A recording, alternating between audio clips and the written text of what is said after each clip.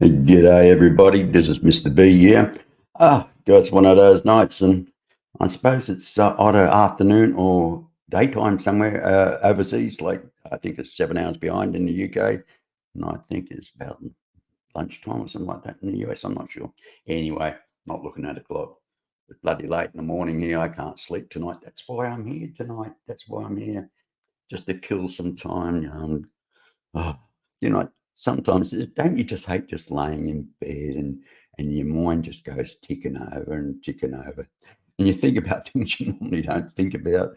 Yeah, well, there was I thinking about how come we know more about Moon and Mars than what we know of our own oceans and other things like that. I mean, it's unbelievable.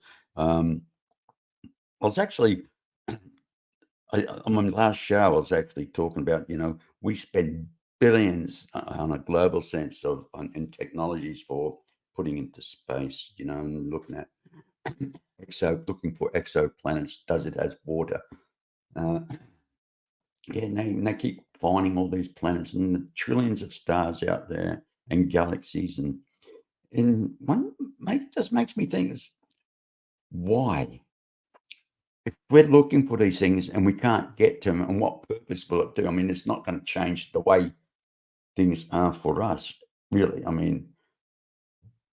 Shouldn't we be kind of looking at our own planet? I was reading something the other day. It was very interesting. We only know about 10% of our own oceans, and then you read about things like UFOs, USOs, underwater UFOs, and they run at about 250 miles an hour under the water when our own, or I should say, 250 knots compared to the top nuclear sub can only go 47 knots, something to that effect.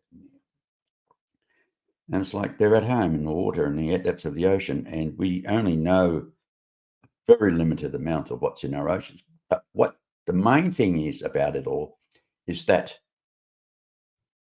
ships today, with all their technology, that's GPS and navigational gear, they're computerized. Why are they still traveling on the trade winds? We're not using sailing ships anymore, and it's like there's parts of the ocean they don't go. It's uncharted. And then you read about things like the Bermuda Triangle. Then you read about things like the Devil's Triangle, and then you've got the Ring of Fire area. And it's all these areas which they say, oh, yeah, they don't understand what's going on out there. It's a mystery, And then you go back ancient, was it the ancient Greeks used to talk about all these monsters and things and things that are happening out in the ocean. And then even with Christopher Columbus, when he was before he discovered the Americas, he put in his ship log that stated luminosities were circling his ships for days, and then they came out the ocean and they flew around his vessel, and apparently he changed. Well, those days they're very superstitious, so they changed course to kind of probably turn around and go back home. But apparently that's when they discovered America. Um, so there's things which are big question marks. I ask, why are we still sticking to the trade winds, and why aren't we looking at the surfaces of our own oceans? Now, one comes upon it like when you talk about aliens, and we always hear about the big, what they call almond-shaped eyes, grey skin. I mean, is it possible? I mean, hypothetical. All this is only hypothetical. I've got no kind of facts behind me here, but there's a question, so I think that needs to be looked at. Well, let's get to the rest. But the Earth is over 4.5 billion years old. It took over 1 billion years for this planet to cool down. It took another 1 billion years for life to evolve in the ocean. And then it took another 1 billion years for life to start on land. Okay, once the land mass is formed, then, and of course, started off with a fungi or some sort like that. And of course, it turned in, and now we've got all these different species on the planet. Now, again, what if? What if? I mean, of course, obviously, life evolved in the ocean before it evolved on the land. So, what if a species evolved in the ocean, and that's their playground, that's their habitat, and let's say they're 1 million or 2, 3 million years more advanced than us? Possibilities. Um, I mean, what's the age of the human species? Homo sapiens sapiens. I mean, and then you had the Neanderthal man. I mean, it doesn't go back more than a couple of million. I mean, we're talking about 1 billion years here. I mean, how much more evolved would the species be in the ocean?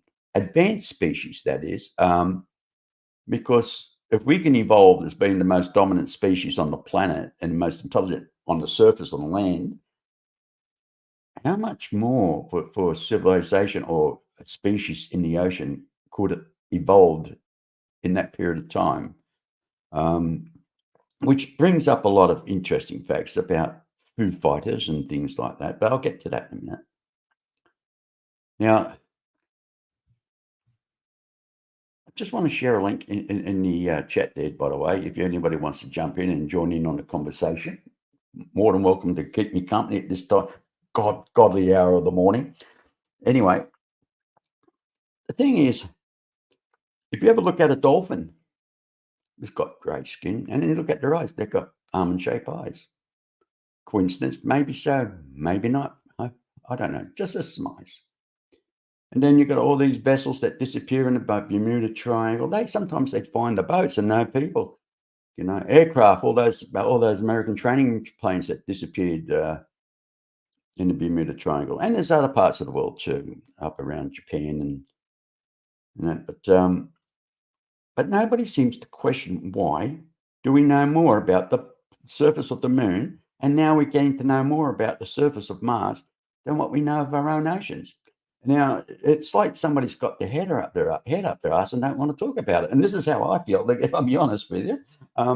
Nobody wants to talk about these things. And nobody talks. I mean, what's to say a species living in the ocean? Now, we don't live with gorillas, right?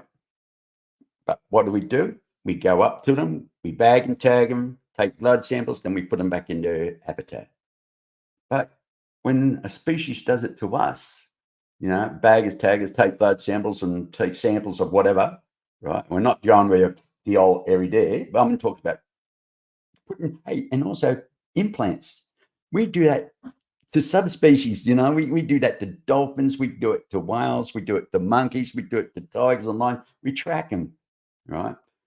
But yeah, when those boundaries are crossed and they do it to us, we're mortified.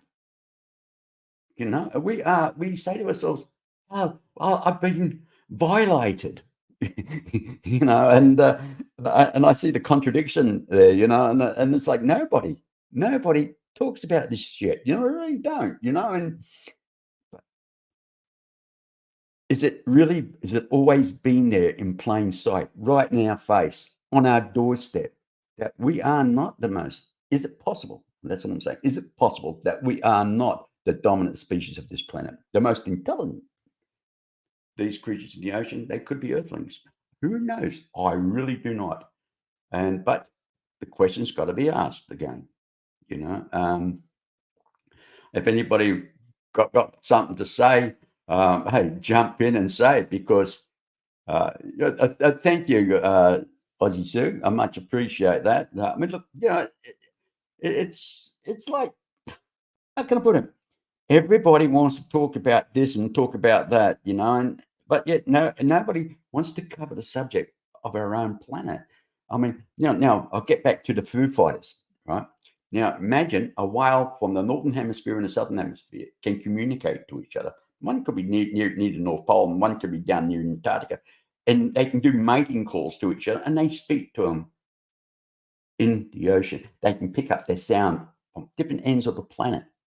Okay, so therefore I know the fact that sound travels in water, just like on a piece of string, in the old tin can, you put it to your ear and you stretch it. You're talking to it like a radio, and then you can hear it from the other end about 200 feet away with stretched string. Okay.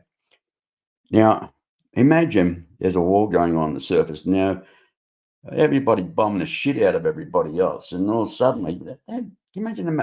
This is how I look at it, right? I imagine this species at the bottom of the ocean saying, "What the hell is that noise coming from? These bang bang, keep getting these thump thump thump noises, penetrating. The sounds coming through, and then again, bang bang." They say, "Hey, we got to check this out." So what they do? They go out and have a look, and they see these airplanes flying around. They call them Foo Fighters, right? The Allied forces, and so did the Germans. They call them Foo Fighters. They just come in. Well, what's this racket all about? What is it? What's going on? And then they monitor it. They monitor us. And it's scary. And then you came to the part where they detonated nuclear weapons, and then all suddenly they start appearing at silos, shutting down missile complex. Nuclear arsenals being shut down. Boom, boom. They had no power over it. Okay. Of course, it's their planet too, and it's like they're saying, okay, the kids are playing with matches, crying out loud. And it's like the government takes no responsibility. They don't talk about anything else. But they say, let's look up in space. We spend billions. Don't worry about the guy starving on the street. But we've got the billions to put up a telescope to find an exoplanet, which we can't do anything with unless they've got a secret space program and they can really, really get there if they wanted to. But they don't tell us about it. But who knows? That's another story. But why? I like to know why. Why we don't know much about our oceans. I want to know why. Why is the things they don't talk about? Is it possible? Is it possible?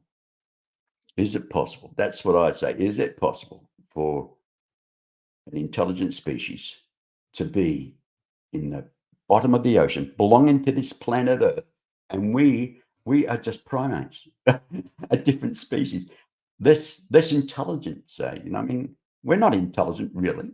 I mean, we may have our own language and our own communication and our own so-called technologies, but even our technologies, how intelligent are we? We're the only species that want to destroy ourselves. We built better, faster missiles, hypersonic missiles. I can kill you better and more efficiently, and hey, faster.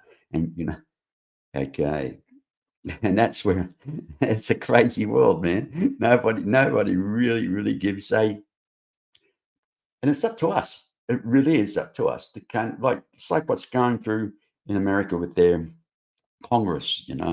Let's talk about this, and we talk about how many things are they talking about, but nobody's coming up with anything.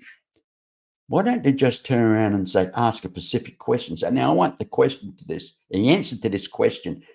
Give it to us, and give a presidential order for it. Simple, cut and dry. First one I'll be asking would be, uh, did Roswell really happen? This guy, we don't want to know about aliens. This Roswell, was there a crash UFO? Let's get that question out of one thing at a time. I don't really want to know about this technologies they got at this present moment, but we can just approach it one step at a time. Let's get some of the myths or whatever out the way first, and then we okay. Yes, but they admit yes, Roswell did happen. Okay, then we can prepare for the next question. Were there aliens involved? Were they dead or alive? Da, da, da. We're not talking about technologies, and I think you won't get to know about the technologies anyhow because that's classified. That would be classified. It's like you don't want to show your ace card to your enemies. I mean, what a world we live in, but that's the fact. Um, but yeah, it's like nobody talks about what's really important. They throw in this card, they throw, as my friend Robert Bale would say, they throw a turd on a table and everybody takes a sample, you know. And but are we getting any answers? No, we're not. We're not getting any answers whatsoever, you know. And yeah, but have you noticed everything? I mean, I'm finding ufology at the moment. I'll be honest, frustrating.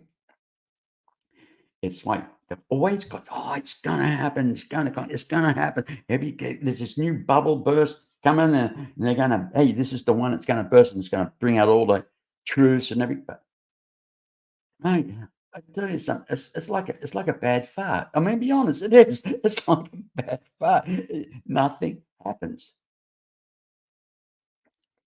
Well, you know, I know I agree with you there, Suze. We are definitely not the only or the smartest species in this universe. That's for sure. I mean, oh my god, it's crazy, isn't it? Crazy. Hey, why don't one of you guys just click on the link in there and come on and keep me company? You know, and we can discuss it online. You know, together face to face, and you know, because as I'm talking and everything else, I'm trying to read through it and trying to focus where my conversation's going.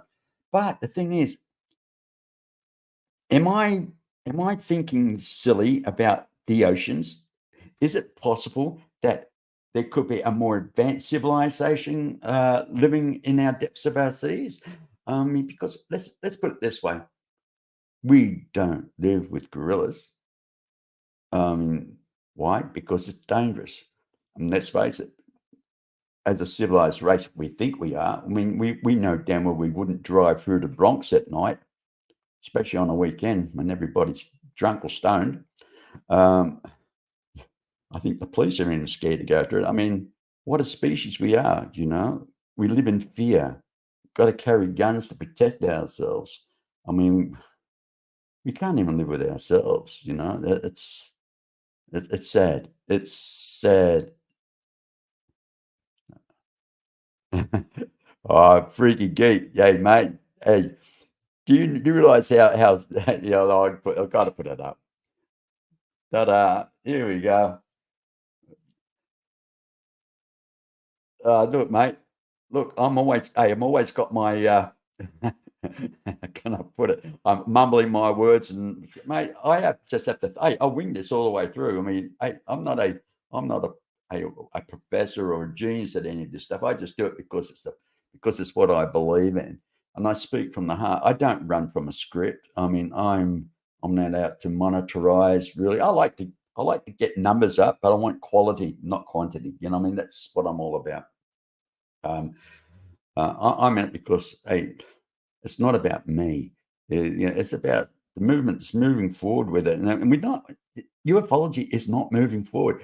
And as an abductee and an experiencer myself, I want this platform, you know, for other people to speak up. It's not about my story. It's about everybody speaking up because the more people speak up, the more of a voice we have, and you know, and we get a better understanding, you know, and people shouldn't see. I lived with the thought of what happened to me for years. Now, I'm not going to go into the full detail. I think some people out there have already heard my story, but as a young child between 7 and 9, I had my experiences.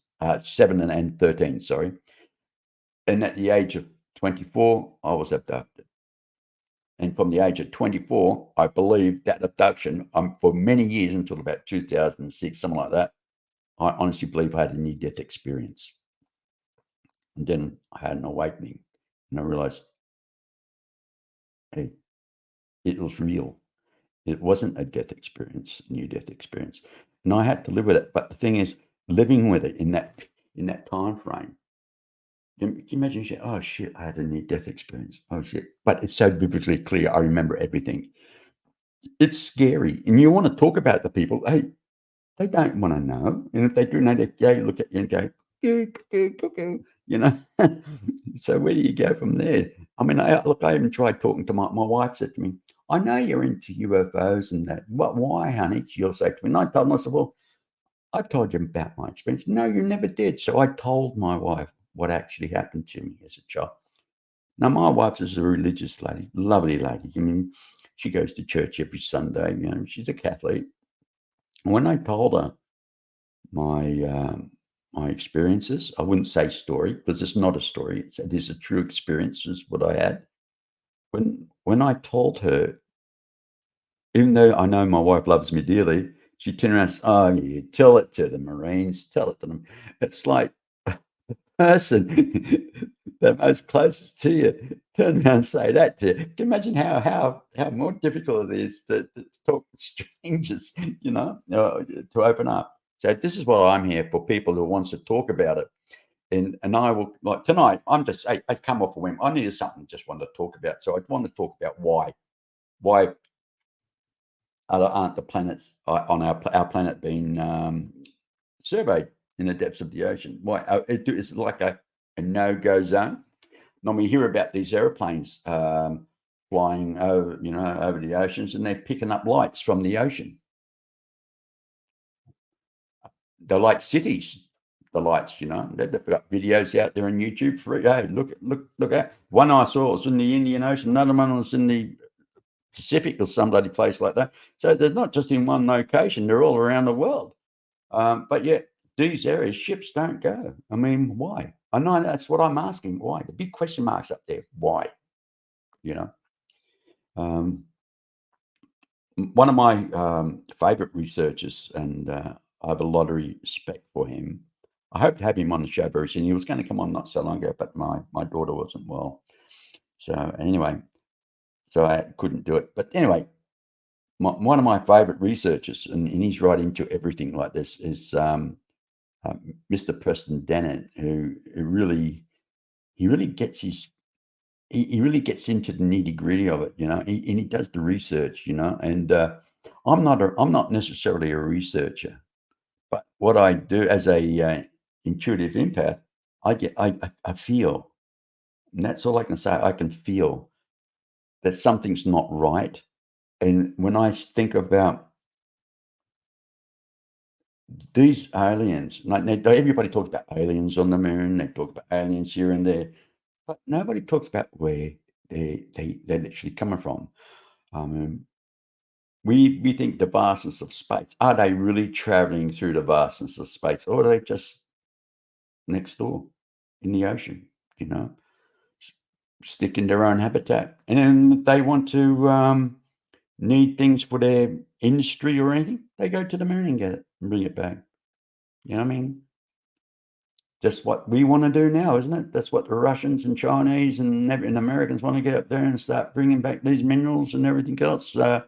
So yeah, yeah, you're right. It's it's crazy. It really is crazy. I mean, I'm just, I get lost for words sometimes. Just excuse me for a moment. Yeah, I'm an old guy. I'm just getting senile in my old age. I'm just had to wire up your brain every now and then, and it's difficult talking to yourself, and it really is. But do we need to be asking these questions? That's what I want to know, and I like to know if you guys who have said they're listening, tell me, do we need to ask these questions? Should we know what's in the bottom of these oceans? Should they do research into it? You know, and hey, and tell us the truth. The truth, hey, never hurts. Never hurts. I mean, it baffles me. It really does baffle me at times. The things which people, I don't know. I'm waffling on here, but I should be asleep. You know that the time now is 3:31 a.m. You know, just after 3:30 in the morning. But again, I'm happier doing this than just tossing and turning in bed. My wife probably said, "Oh, thank God he's out of bed. Oh, I know I can sleep." Anyway, I won't be going back to sleep anyhow because I'm drinking my coffee. Oh dear. So, well, so what do you think, Sue? Do you reckon we should have answers about the ocean? And what about you, freaky geek?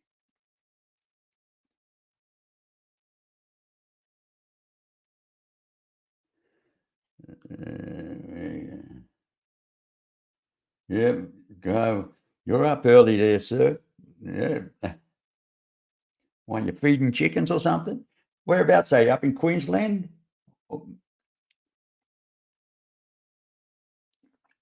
my daughter lives up in Burleigh Heads, by the way. Anyway, yeah, freaky geek. Yeah. Yeah.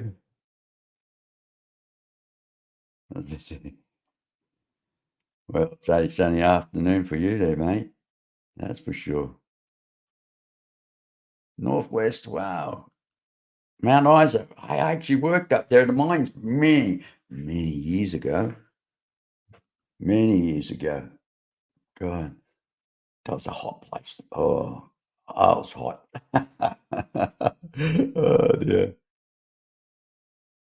What's this? Uh, I crossed the Atlantic twice. That's enough. Yeah, well, again, what are people seeing in the oceans? And it's not something new. It's not something new at all. I mean, sea captains all the time see things. They see it, they report it, but nobody talks about it. Even these pilots, they've seen lights in the sky, lights in the ocean. They see them everywhere, but nobody talks about it. Nobody does anything about it. It's like pushed under carpet. Too hard basket, shove it there, you know. And now, why I'm saying all this, I was actually watching a bit of a documentary earlier on where was I think it was on well, I think it was Tubi or I think it was Tubi, and it was about aliens and everything else. And what they're actually talking about is in Africa, they're actually finding cities under cities when they dating back 250,000 years, but nobody talks about it. It's like they're finding objects in coal streams, right? Like little alloy bells with fine engraving on it. Millions and millions of years old. But yet science tells us no, we didn't exist then, Homo sapiens, intelligent species didn't. No, I don't know. I think that's a load of bullshit, to be honest. I mean, excuse my French, as they say, but I think it's a load of crap. I really do. And where do you go? I mean, what? How do you bring out every time they find something, they hide it, and or I mean, let's face it. Has anybody ever tried to chisel on any granite with a brass chisel and a brass hammer, and then cut it into such a shape and with a high polish? I mean, what they think we're bloody idiots or something. I mean, I think a 5-year-old kid can say, "Nah, it can't be done," you know. But nobody talks about it because they can't explain it. So, and they've got these people of authority, and they say, "Oh yeah, I've got my diploma degree. I'm a professor in this and professor in that," but they only tell you what they get paid to tell you. For example, most of these professors and scientists and whatever they do, if they start thinking out the box, their company comes along and says, "We're not asking you to think that. We're asking you to do a particular job. Now we pay you to study this. I'm not asking you to go and bloody look at something that we can't explain, and and they get sacked. They get what they call blacklisted or whatever if they start thinking out the square, outside the box. It's That's how the whole system works. We are fed on bullshit, literally bullshit, bullshit, bullshit, day in, day out. I mean, honestly believe, to me, my gut feeling tells me there's life in the oceans. And I'm not talking about marine life. I'm talking about an intelligent species. And I'm not talking about reptilians. And I don't give a damn if they're reptilian or bloody lizardoids or whatever they want to call themselves. They exist and they're more intelligent than us. And just because they don't show themselves to us, well, I can understand why. I can understand why. And I can understand why they shut down the silos, nuclear silos. And I can understand why they flew around bombers when they're up in the air, the Foo Fighters. And I can understand all of other things. And the question is, why are modern ships today still sticking to the coastline, staying away from out in the oceans, and they're still traveling to the trade winds? Why? Not even fishing trawlers go out there. So the fish stocks out there must be fantastic. Instead, no, just stick close to shore and deplete the reefs and everything else. But we're led on bullshit, and the governments of the world. And we're not. I'm not talking political. I'm talking about every freaking government of the world. Makes no difference who's in power. We just get fed BS. Then, I mean, I'll just change the subject for a sec too. I think I covered about the oceans a bit enough there for the moment. But what about all the other crap they cover up? And this is it's amazing. Like, one of my favorite subjects is things like global warming, and I believe the planet's going through a crisis. I'll say that, and it's not bloody global warming. I mean, before global warming, it was acid rain. We're going to get acid rain. That stopped. Then we had the ozone layer. Then that fizzled out. Now, it's talked about the sea levels are going to rise. They said that 30 years ago, and it still hasn't yet. But the thing is, and they talk about the ice sheets in Antarctica is melting, and the glaciers are melting. Now, if people done their homework, this is fact now, and this is not me just waffling on. This is fact. If people done their homework, they'll find there are something like about 9 volcanoes under those ice sheets that are breaking off down in Antarctica. 3 are currently active. You can Google that. It's free. They don't need me. Just go and Google active volcanoes in Antarctica. Now, people say, "Oh, no, or freeze mob, the fire and ice and all that." Yeah, but you got to realize volcanoes explode. I mean, you want to hit something hard enough under pressure, it's going to explode, and it will break off an ice shelf, right? Okay, get that one out of the way. Glaciers. Now, if you look at the data, glaciers have what they call 40-40, 40 years of thaw, 40 years of freezing, 40 years of thaw. That's why they look like frozen waterfalls. It's the way it goes. It's constantly moisture over ice, and then it freezes there on top, and then, of course, it actually builds up, and there's so forth. Now, you want to go back in time, readings from the ice, where they take ice samples from at deep depths, and they find, hey, didn't you realize back in the 1900s, the carbon dioxide in the atmosphere was 6 times higher than what it is today? Because, mind you, they didn't stop bushfires on the world, especially around in America and in Australia, and because we didn't have the technology to stop those fires those days, like we've got today. Everybody burnt coal fires, especially through Europe. When we heard about the London smog and everything, well, they had that all the way through Europe, and they also had it in America as well in certain cities. So the carbon dioxide level was great. But people forget carbon dioxide is what this planet needs because trees live off it. Remember that. That's the important thing. Now, yes, plastics. I think plastics is a big problem with our planet. I mean, now they're being recycled. They've got massive big recycling plants now, and they're actually paying people to keep their plastic bottles in now. And so that's a good thing. But The other thing is, when the ozone layer. Now, this is we punched the hole nose, so they blame CRC gases from air conditioners. Now, listen, that is the biggest load of crap. They can come out with all the science they want. Ask yourself this: what would over 2,000 nuclear thermal bombs detonated in the atmosphere? What would that do to our ozone layer?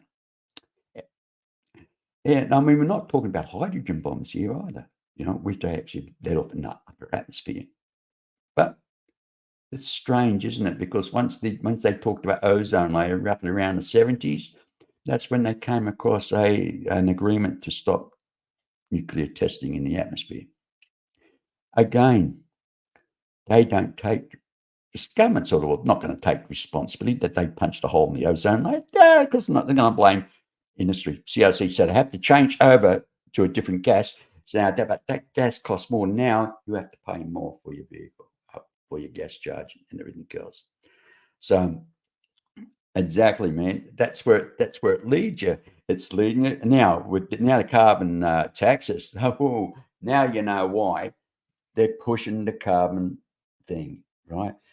Oh, the warming of the planet. The planet's warming. We've got to have carbon taxes. What the hell's carbon taxes going to do?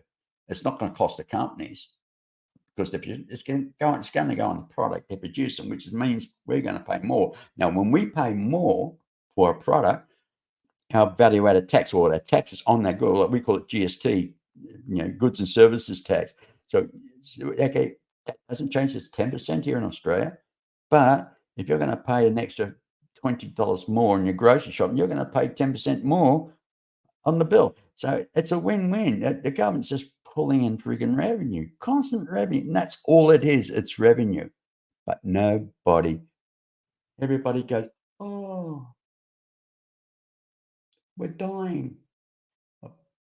Look, I could tell you honestly, the real damage on this planet is plastics and the way they're building dams, stopping the natural water flow, causing erosion of the land.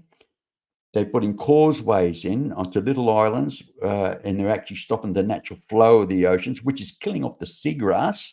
Now, this is what a lot of people don't understand. Seagrass produces more oxygen in our atmosphere than what trees do, and people don't realize that. They really don't need. But the thing is, most of the nuclear testing that was done, and especially around the French Polynesian Islands and in the Pacific and up around Christmas Island, right, they were killing so much seagrass. It's unbelievable. Now, I'm a truth seeker. That's what my show's about. And I'm speaking the truth. And that's I'm not just here for aliens or UFOs or anything. I'm out about getting the truth out there. And I tell you now, most of the stuff I'm talking about, you can Google how many nuclear bombs have been let off in the atmosphere. You can even Google the Earth was actually the atmosphere was actually warmer in 1970 to what 2 degrees warmer than what it is today. Believe it or not, you can find that information if you Google it as well. And there has been scientists actually talking about that. I'm not saying there's no problem. And well, I think we've all seen that little video that came out not so long ago. That turned around and said, was it point zero of a 4%, something like that, of per million or something like that of carbon dioxide in the atmosphere, something like that. And if you quadruple that, it's still zero. So what's the carbon thing all about? And then I come to another fact. Yes, I'm a believer in secret space program. I believe they got technologies probably taken, of course, taken from alien crafts, or maybe some not, because Nikola Tesla invented some really good shit, I believe. Anyway, but makes you wonder what would happen if they brought out the technologies today, which everybody wants them to bring out. What kind of impact would it have on our society today? What kind of impact? I mean, all of a sudden we've got free energy. Okay. they'd say, hey, from the size of a shoebox, you'd be able to power your whole house as much electricity, run your air conditioning, do whatever you want. Sounds wonderful. But how many people is that going to put out of work tomorrow? I mean, people looking after the lines, people, working in the power stations, you know, um, and then industries have got to be, there's going to be more machines got to be made to accommodate this new technology, but it's going to affect everybody. I'm not saying they can't come out like they're demanding it. I see, of course, the oil industry will go freaking crazy. I mean, the economy, our system will totally collapse financially. It will. And the poverty, and it would be worse than a recession. It'll be a depression. And I think that would last for about maybe a generation or two, which is a long time, especially when you're raising children and you haven't got food in your belly. And yeah, yeah, I know. It is, isn't it? Sorry, Suze. Yeah, yeah, yeah. Well, it's like everything else, isn't it? I mean, they just bend you over and do what they want to do and say, hey, don't cry on my shoulder. You just comply, do as you're told. As soon as you stand up for your right, you know, they shoot you down very quick or you disappear. That's something, which is sad. But again, how do we change the system? Should we be asking like our governments to say, I want to know what's off our coast. I want to know what's in the depths of those oceans that nobody's been. I want to know. I want to know why do we need to spend billions of dollars on nuclear submarines when, hey, you don't need a big army. This people don't understand. You don't need big armies today. I mean, you don't need troops. You don't need as many as what they're carrying on all the different machinery and tanks and what. You don't need it. Hey, you can have what they call a few ballistic missiles. Don't have to fire them at anybody. Mate, we've got a 200-mile zone around the coastline. You can blow it up in your own ocean if you want, or whatever, to defend the country. I mean, I don't want to sound like, I mean, it sounds stupid anyhow, but the point is, isn't it even more stupid that they got the billions to spend on weapons and everything else when at the end of the day, if somebody presses a button, all those weapons in the world's not going to do jack shit. All the tanks, airplanes, or whatever, it's not going to do anything. Hey, one flash, they're ash, gone, boom, isn't it? Here comes the invading navy. Oh, they've got 15 frigates, 5 aircraft carriers. Oh, yeah, one nuclear blast there, bang, they're all gone. I know. I know. It doesn't make sense. None of it makes sense. Oh, dear. That's the thing. Yeah. Yeah. I really kind of wish somebody could come on and say hello, swallow the bullet, and hey, make it easier on the poor old man. But I'm just winging it here. As I said, I laying in bed, going goo going left to right, saying, "Oh God, I can't." Oh, look at these eyes. Yeah. I'll get to go make love to my microphone. Good boy, good boy. Yeah.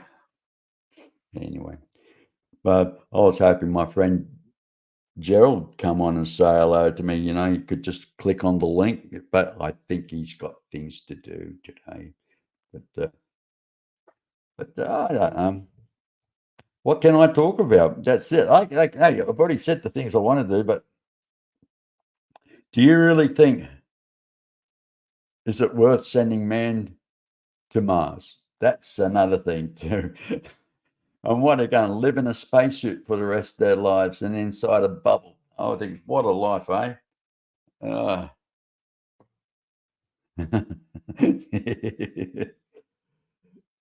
Yeah, true. I agree with you.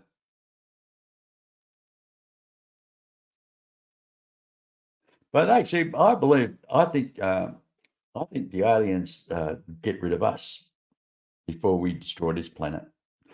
And the question is, why? I like your view on this sometimes. Would you say, I like to ask the question, why do you think aliens come to this planet?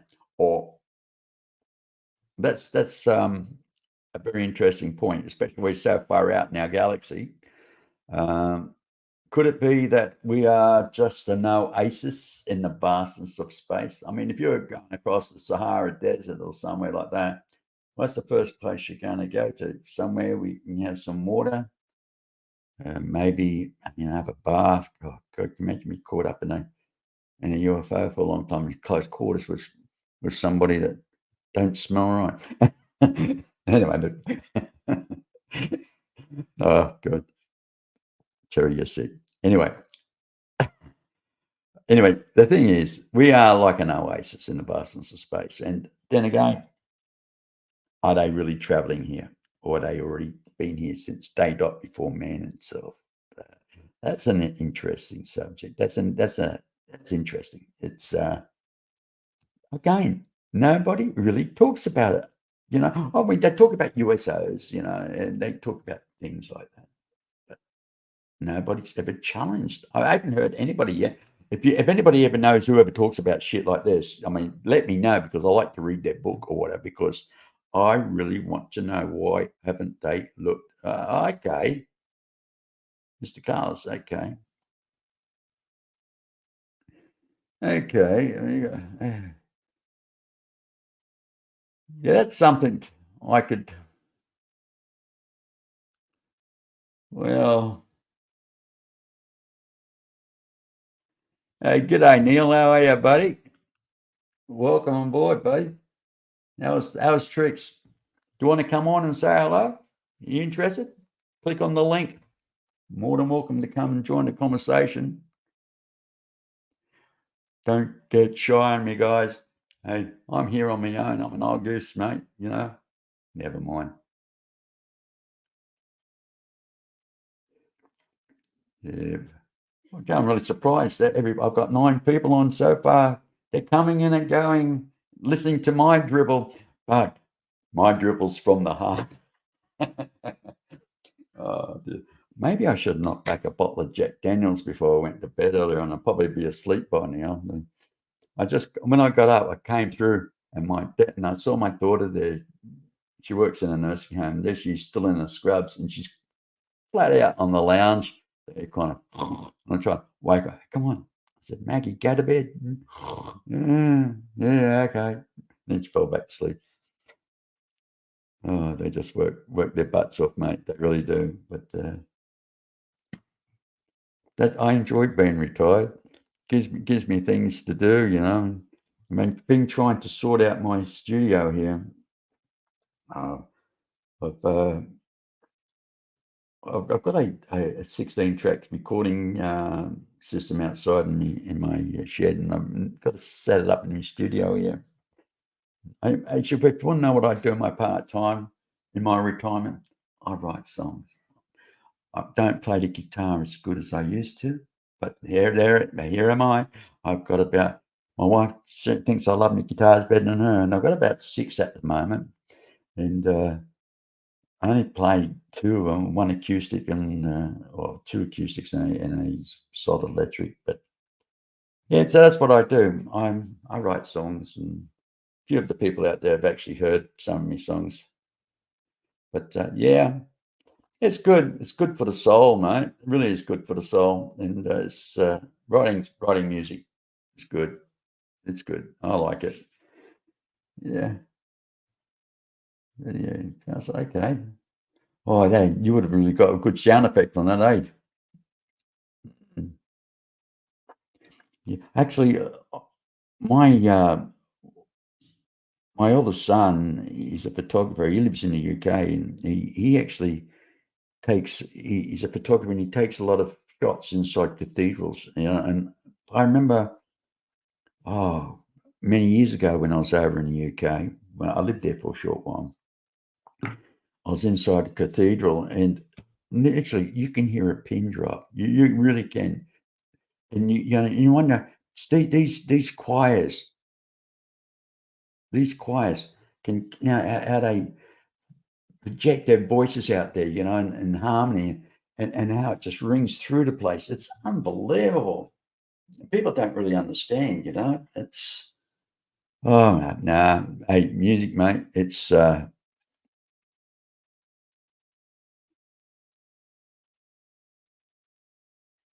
yeah. Oh dear. Yes, we should be looking for answers, Sue. And Susie, sorry. But what a but yeah, it's okay. Look, let's get touched on delicate. Now we've got I think I brought this up in the last show, but nobody was really listening. Now because I'm talking, I've got no one to butt in. We've got Louise Elizondo that came out in 2017, right? And they thought he is like he brought the holy grail of UFOs sort of thing, the Tic Tacs, and he was the head of a department for they tip. Yeah, fine, and now we've got Grush, Mr. Grush himself. Now, I'm going to repeat. Look, I'm not running these people down. I mean, I believe they are good men. They're good men, good people, but sometimes being military people, they get ordered. They have orders. Remember, Grush is very high clearance, top secret, and so is Luis Elizondo too. They don't make people head of departments if they're going to be traitors.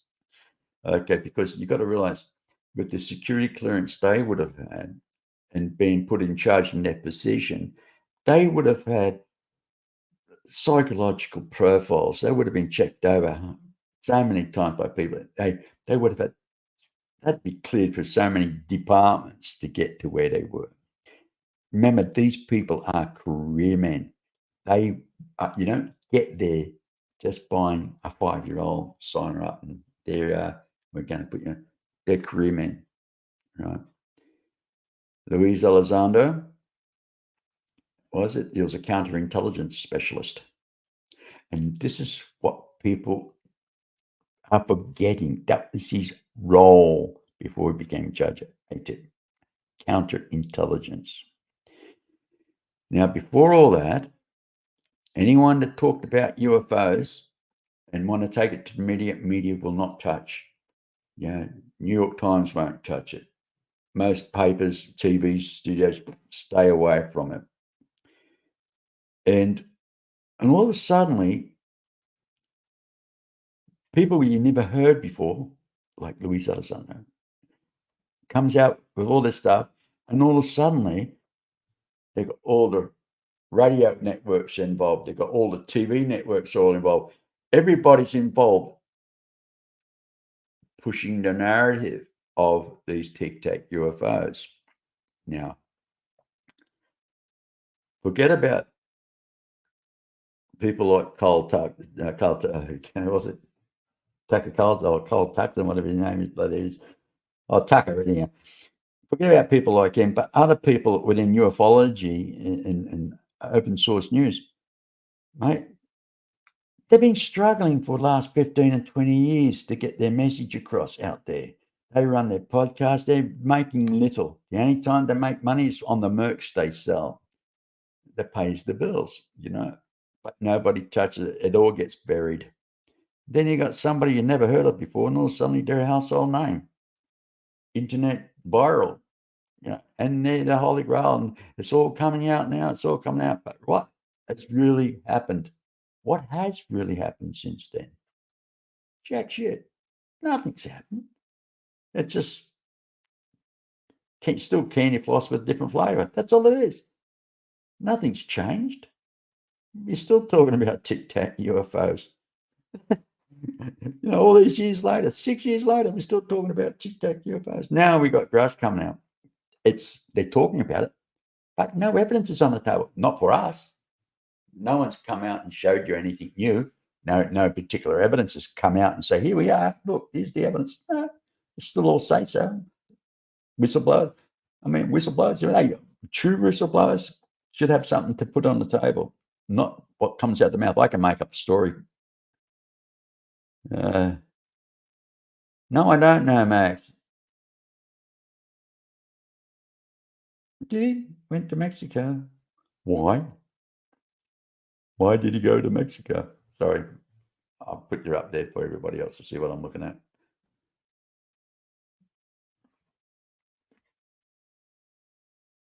Yeah, but the thing is, nobody talks about it. They're always next congressman. It's all going to be out in the wash, right? And then you got Paul Bell sucking right up a certain person's backside, trying to get his glory. Because anyway, I won't go down that road. But you watch him in Congress, and Grouch, he speaks well. He does. He speaks well. He's an intelligent man. I believe maybe, yes, he's telling the truth, but you've got to realize there's stuff they're not going to tell you. I mean, we shouldn't be listening to these guys. We should be just saying, well, if Congress is going to be real, okay, let's get back to the nitty gritty. What Roswell real? Okay, well, then was there a crash in 1933 in Northern Italy? Yes. Okay, so that if they acknowledge that, then a lot of questions have been asked, and we got the answers off now, and then we can say happy, fine, okay. Then we let it brew and say, well, what are you going to tell us next? What else do we know? Um, is it alien or is it something else? And at least we know Roswell's real. So now they've got it's only one simple question: yes or no. Are they real? Yes. Are they aliens? No. Okay, who is it then? We can't tell. It's classified. Fair enough. Let's keep it that way. Yes, yes, Sue. Mainstream media they're puppets, like the old puppet masters, controlling us. I mean, that's why I don't watch TV anymore. I mean, I refuse to watch mainstream news. They just feed you on bullshit, really do, and it's all political motivated. It makes no difference. See, I don't look. I've got my own views. I keep my religious beliefs, my politics to myself. I don't share. I believe everybody should have their freedom of expression. They can pray to what God they want to pray. They can believe what they want to believe. And I mean, I'm not into religion as such. I mean, I'm a spiritual man, but people have a right to believe what they want to believe, because at the end of the day, they're doing it on their own, right?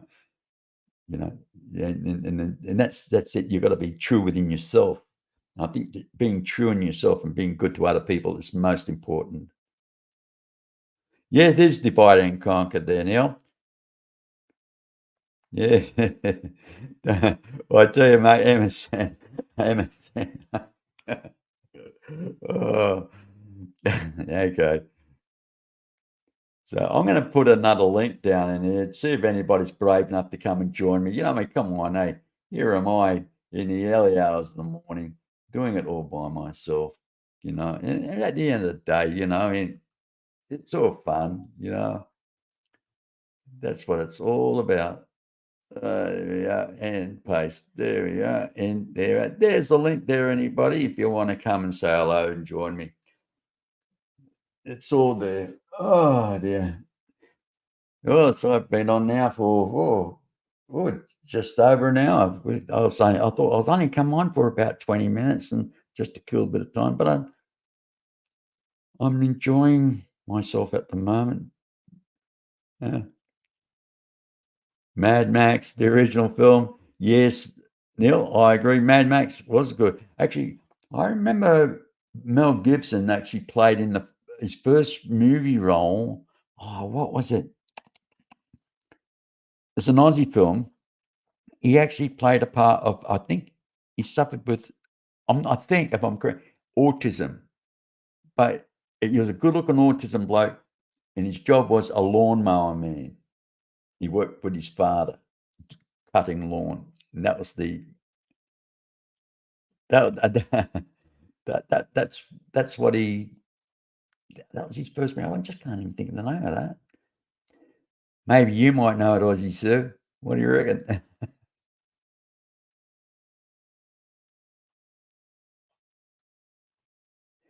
Oh, really? I didn't know they gave you a hard time, Neil.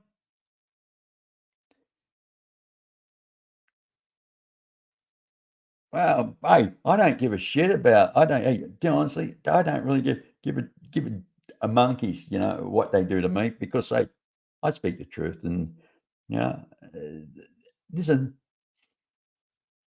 politics. That's one thing you don't talk about on social media these days. I think you've got to be careful. Politics and religion. Religion, I mean, you don't want to piss people off for a start because people are very kind of they get too involved in their religious beliefs, which hey, you got to respect their beliefs, even if you don't agree with it, but just got to respect it. And documentaries and politics. Not everybody agrees. I mean, and there's good and bad about all type politics. There's good things about communism. There's bad things about communism. There's good things about democracy, and there's bad things about democracy. Personally, I like democracy, but the funny thing is, did you find, before, this is what I found. As a 73-year-old man, I've lived life and I've seen things.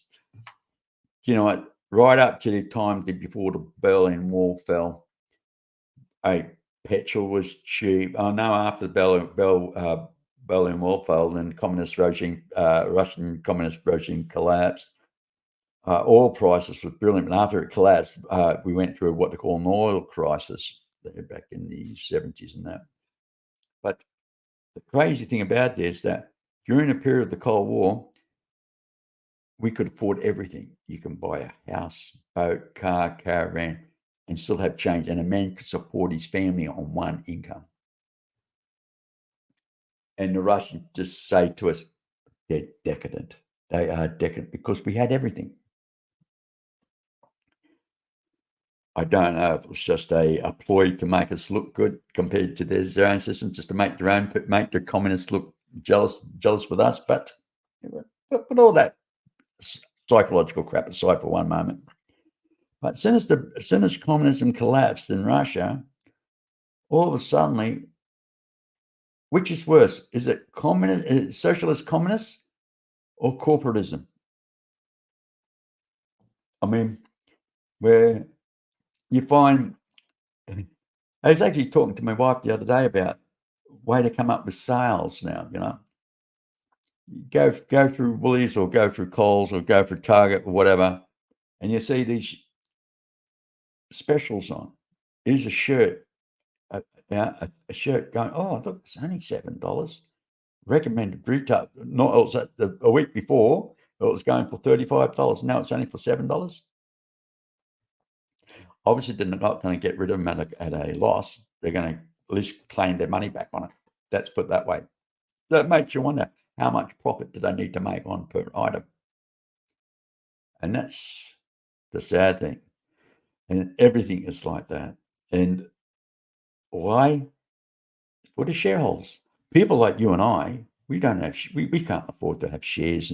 And we're talking about hundreds and hundreds of thousands or maybe millions or billions in some cases to actually put into stocks and shares. We're just normal, everyday working class people paying bills week for week, month to month, But yet, everything's for the shareholder. So it's all about profits, profits, profits. And the CEOs of these companies, make $12 million a year. Now, that's not their bonuses either. Then they get bonuses on top of that. I mean, if you were a good butcher, is somebody going to give you a big fat bonus because you've been a good butcher all year? And how do you judge somebody good at playing tennis, earning $8 million a year playing tennis, and a doctor doesn't even earn that, and he saved lives. I mean, it's like everything's out of yeah, it's kind of out of it sucks. It's not natural. It's out of order, you know. Yeah, George Carlton. Yeah, yeah, won't be clubbing. We ain't it. Yeah. Oh, I should really show these coming up. You guys are posting. I'm just getting at this time in the morning. I'm just getting carried away. Just getting carried away, thinking of what to say next, and that. Yeah, yeah. Everything is so expensive. Hey, that really sucks. It really does. You know. My mate Gerald, he's not coming to come and say hello to me tonight, this morning, or today. It's daytime for him, and something like that. Yeah. But then again, all suddenly, you're $30 profit on one shirt, and then I remember like even t-shirts like this used to sell for something like ooh, was it $18, and now you can pick them up $4. And it's like, how does that work out? You know, and they send everything off to China to get manufactured in China. Worst thing they could have done is send overseas. I mean, at least you know it's made in your own country. You know it's properly made. Even though I'd rather pay an arm and a leg for something knowing it's going to last. Same with furniture, I mean, you go and buy most of the cheap furniture today, it's all made in China. You might get about 5 years out of it before it falls apart. But it's done by a proper cabinet maker with the tongue and grooves and all that stuff, dovetails. I tell you, mate, that furniture will last about 300 or 400 years, probably well looked after. Yeah. But again, that's the society we live in these days, isn't it? Nobody really cares anymore. We don't ask the questions. We don't make people accountable. You know, and what really gets me, and I don't mind saying this. You've ever noticed most politicians, they're lawyers. Yes, blood sucking leeches. I remember one politician here in Australia turned around and said, you know, if I was working in the private sector, I can get 3 times more. I remember this reporter turned around and said, yeah, but you'll have to work 5 times harder. Yeah. Yeah. Yeah. Yeah. Yeah. Yeah. Yes, dog man. It's all bullshit news, mate. Yep. It's always out there, It's always out there. Come on, Dogman. Come on. You've got the spat with me. Hey, find a link there. Come in and say hello. Come on, you can have a go at me. Come on, mate. I can take it. Come on, bring it on, mate. Anyway, hey, you Dogman. Yeah, still fighting fit, buddy. Anyway, you know what? Yeah, what did I? You know what? They went. The CIA destroyed one of their own ships to get the people beyond to go into the Vietnam War. That's another one. Then they told everybody, "Hey guys, we have to go to Iraq because they've got weapons of mass destruction." But the crazy thing about it is the Australian Prime Minister, the British Prime Minister, they all had the same story. It was all typescript. It was exactly the same story they were selling to the people. So off they went to Iraq. Well, they raped Iraq really well. They really did. They got all the gold out of the place. Hey, took over the oil fields as the Iraqis were retreating, setting fire to the oil wells. They knew it's just all over oil. And, the same when it came to the other countries they invaded, it's all over oil.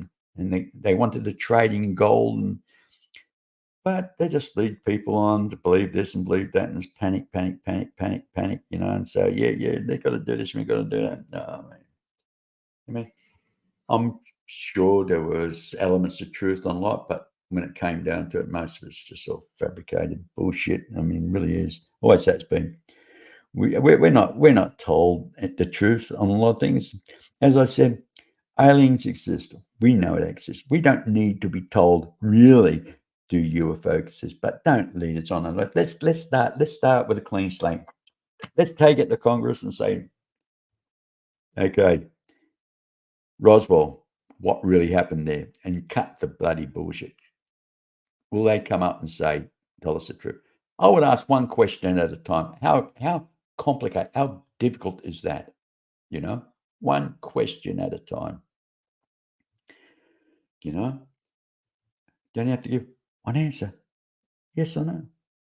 Easy, simple.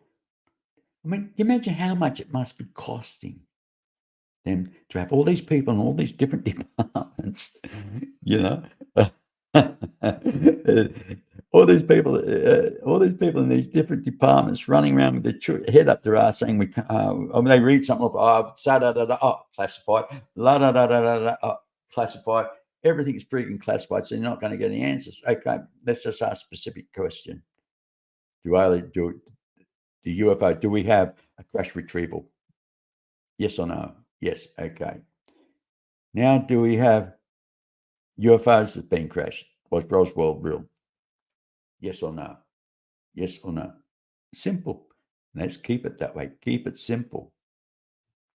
You know, don't put out there with all these different things going, and people don't answer. Well, we don't have to answer this because they're not asking about USOs.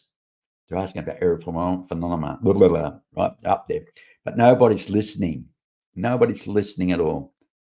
So we can't go. We don't have to talk about that because they're not talking about USOs. They're talking about stuff in the sky, what you see. Fast walkers, they call them, something like that. Okay. And so it goes.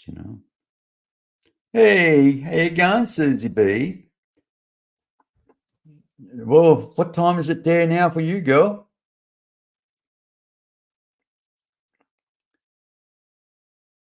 I wonder what time. No, you got your fireplace on ready for tonight? Tennessee, Kentucky, Bigfoot. There you going there, mate. I've got all these people on now. Gee, I've just jumped up in numbers. Don't tell me you guys are enjoying my dribble. I'm dribbling on well today. God. And I haven't had a cone either. How about that? Shit. And I'm just must be starting to feel tired, but I've got the staying power. I've got the staying power, that's for sure. Oh yeah. I noticed Dogman was here a few months ago. I must have upset him. He's not talking to me. Never mind. He's got broad shoulders, I'm pretty sure he has. Anyway, such is life. What do you think they call me B for? I'm a B. I'm a B. That's what I am. Uh, uh, what's all this about? Okay, let's get showing up a few. Pizza. Yeah, hey, wouldn't mind a pizza. You got one there for us? Pass it my way. Pass it my way. Okay, what's this one here? You're going out there watching, hey, left hand. Okay, so we don't have to see what's in the right hand. That's up to, okay, I understand that. It's true, too. What the right hand, hey, what the left hand is doing, the right hand. No, you don't see what's happening with the right hand. So that's true, mate. They dangle carrots, and while you're jumping up, it's like waving a piece of lean steak above your head, and you're trying to jump up to take a bite. And while they're doing that, they're kind of cutting your balls off underneath. You're not watching. Oh God, my vulgarity. Now I've got to watch it. It's Terry. Terry, be a good boy. Terry, there you go. Next time, don't start me. Oh, come on, Dogman. Come on. Hey, look at that. I didn't start on you. No, I'm going to clarify this, Dogman. If I offended you, I apologize. But I did not start on you. You keep asking us to ask you questions, ask you anything. We ask you, but we got the same answer all the time. So nothing was being answered. I'm sorry. It was doing my head in, but I wasn't attacking you whatsoever. But it was time for me to go at that time. So if your feelings was hurt, I apologize. But I don't go on to offend anybody. It's not my place to do that. And everybody has a right to believe whatever they want. Okay, all done. So anyway, and so we go. Oh, well, I'm getting the numbers. So anyway, guys, don't forget to please like and subscribe, and you can get more of my drivel when I come up. I had a really bad show the other day. I mean, it was a good show, but I don't know what the problem was. It was like the last show I actually done, it was like we're all talking over each other. I think there was a lag or something. Like when I wanted to ask a question, I wait for the silence, when somebody stops talking, and I try to butt in. But as soon as I open my mouth, somebody else is talking. And there's all suddenly 3 people talking at once, and it's like, oh Christ, what's going on here? And it really is frustrating. Okay, well, it's one. Okay. That's one. Oh yeah, that's 1 in the afternoon. I get it. Okay. 1 p.m.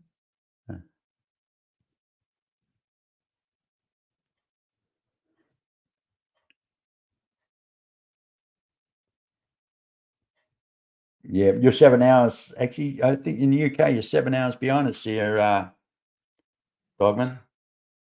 7 hours behind, if I remember rightly.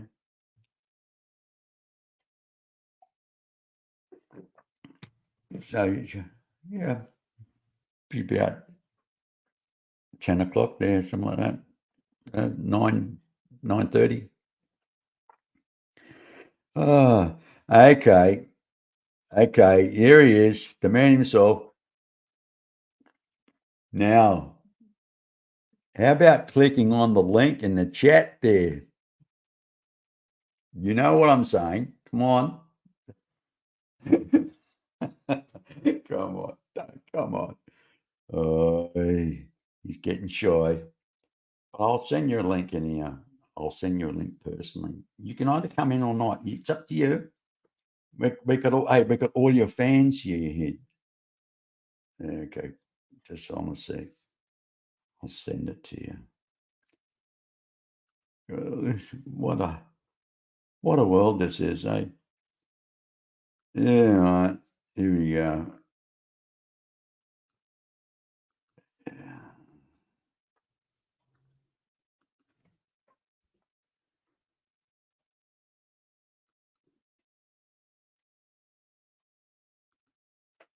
I just sent you a link, Gerald.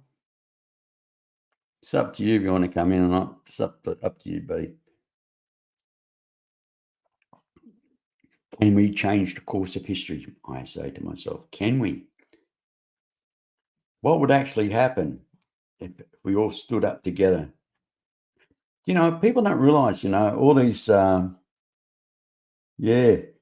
See, Gerald, you're being told, get on. What would actually happen if everybody just stood? See, even the law even the law force here, people got to realize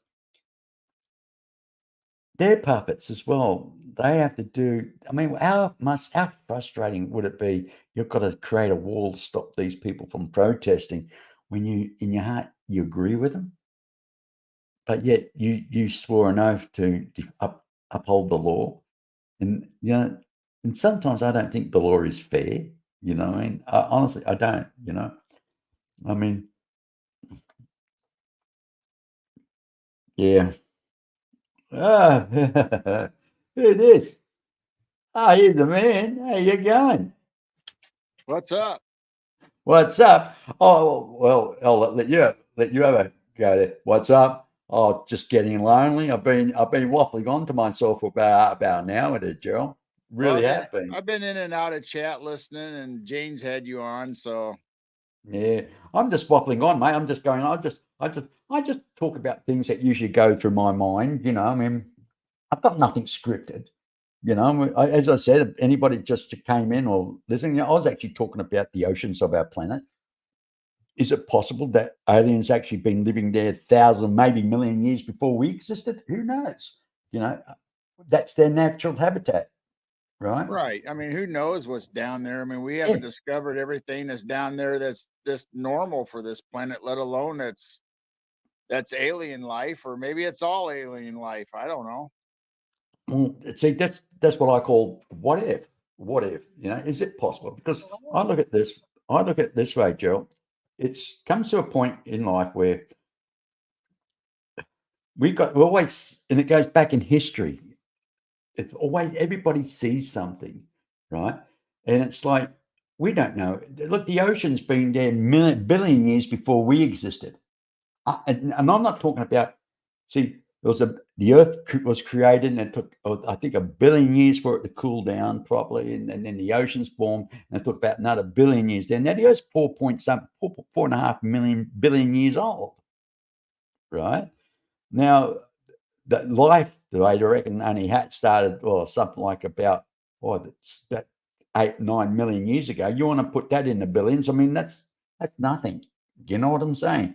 So therefore, if we can evolve from a bit of fungus, and I've got to say this, if we could evolve from a bit of fungus from the ocean, a bit of mold from the ocean, and evolved into all these different species that walks this planet on the surface, how much more advanced could some kind of civilization be that evolved at least a billion years before life on land evolved? And as I was saying before, dolphins have great skin, just like grey aliens. They've got almond-shaped eyes, dark eyes, just like aliens. It's like cousins. And then you hear back. I remember going to my history in school. They talked about dolphins. Dolphins are the only mammal that went from the land back to the ocean. I don't know if that's true or not, but Yeah, I I was don't led know to believe either. that. I was led to believe that. I've never heard that other than there's obviously like walking fish, perches and different sea life that does come up on land but then go back. But I don't know about dolphins. I never heard that. Mm. Yeah, I've heard that one. And, and because, again, it's like, well, look, I know I'm rehashing what I said earlier on. It's like, how often, I mean, we don't go and live with bloody gorillas. You know? Why? Why? They're savage. But imagine a civilization could be, hey, 100,000 years or even 10,000 years more advanced than us. Hypothetical. How would they look at us? I mean, at the end of Well, the day, we've always got constant wars going on. This planet's never been in peace. Anyway, I carry always on. say we're the aliens on this planet. Probably true. I mean, I don't believe in aliens. We're well, all Sitchin we're movies, all the living Anunnaki created us. Yeah, I mean it's so weird that, if we were the ones that inhabited this earth first, then why are we so strange and destroy the planet and how we treat it, and it just doesn't make sense that this is our planet, the way that we take care of it. I mean, if we were natural inhabitants, we'd be more attuned with the earth, I would think, instead of what we do to it. Yeah, yeah. It's like shitting on your own dinner plate, isn't it? Excuse my vulgarity. I mean, it's literally is. I mean, we, we're destroying our own home, our own planet. It's our home. We're destroying it slowly but surely. I was actually saying earlier on that, like with ozone layers and the global warming and everything, I mean, it's not as global warming. Well, they've actually proven now. I mean, the media doesn't cover it, but science have actually turned around and say no. It doesn't exist. They've actually got the facts and numbers of what they call the air readings. Now, when they talk about global warming, they're taking what they call mud readings from satellites. The true scientists, they're on ground observatories, right? And they take what they call atmospheric readings with instruments. And they're saying the Earth is 2 degrees cooler than what it was in 1970. In 1970, it was 2 degrees warmer. Right? Yeah, there's been studies shown where people have tracked the data and showed how they've changed the information that they put out to to make their agenda fit. I mean, we've only really increased or decreased less than two degrees through all this time. But they Right. make it Yeah. sound like we're gonna burn up or we're gonna have an ice. I mean, they go from ice age to global Yeah. warming, and pretty soon we'll be back to ice age again, just wherever fits their agenda. Yeah. Well, as I said earlier on, yes, it went from yeah, oh, we're going to have an ice age, or the ozone layer is depleting. We've got a hole in the ozone layer. And next one is, was it acid rain? And there's always something.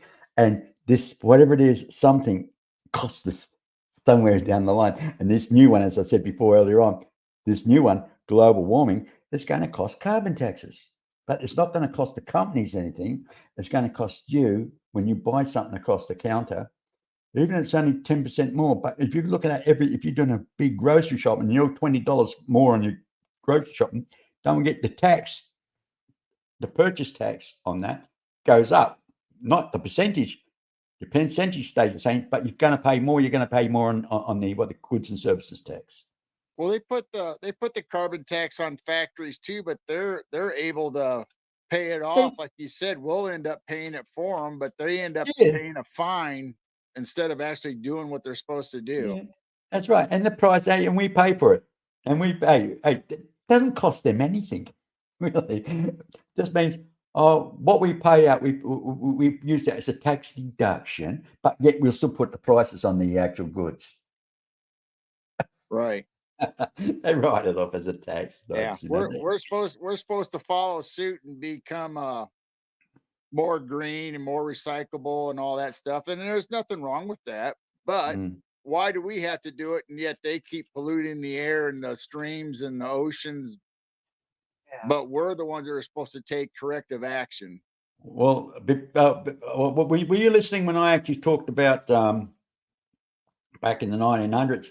They're actually talking about everybody's burning coal, the steam engines, everything running coal, and nobody controlled bushfires, right? The carbon levels those days was far worse, 3 times, 4 times worse than what it is today. For a start, in places like San Francisco, New York, they used to have severe smog. London, severe smog. Everybody was burning coal. You know, Well, just go the over to fact, Asia right now and see how China and everybody's handling. I mean, look at their environment.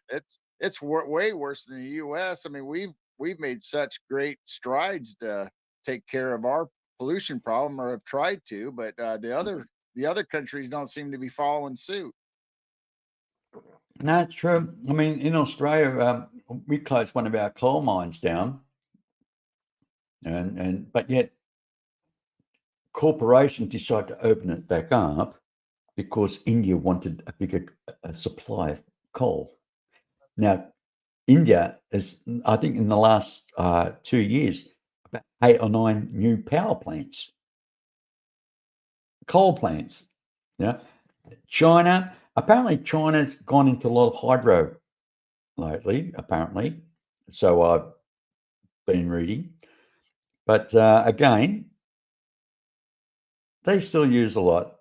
You still got to use it to make certain minerals and certain things. You know, I mean, you should hear. You should bloody. Sorry, mate.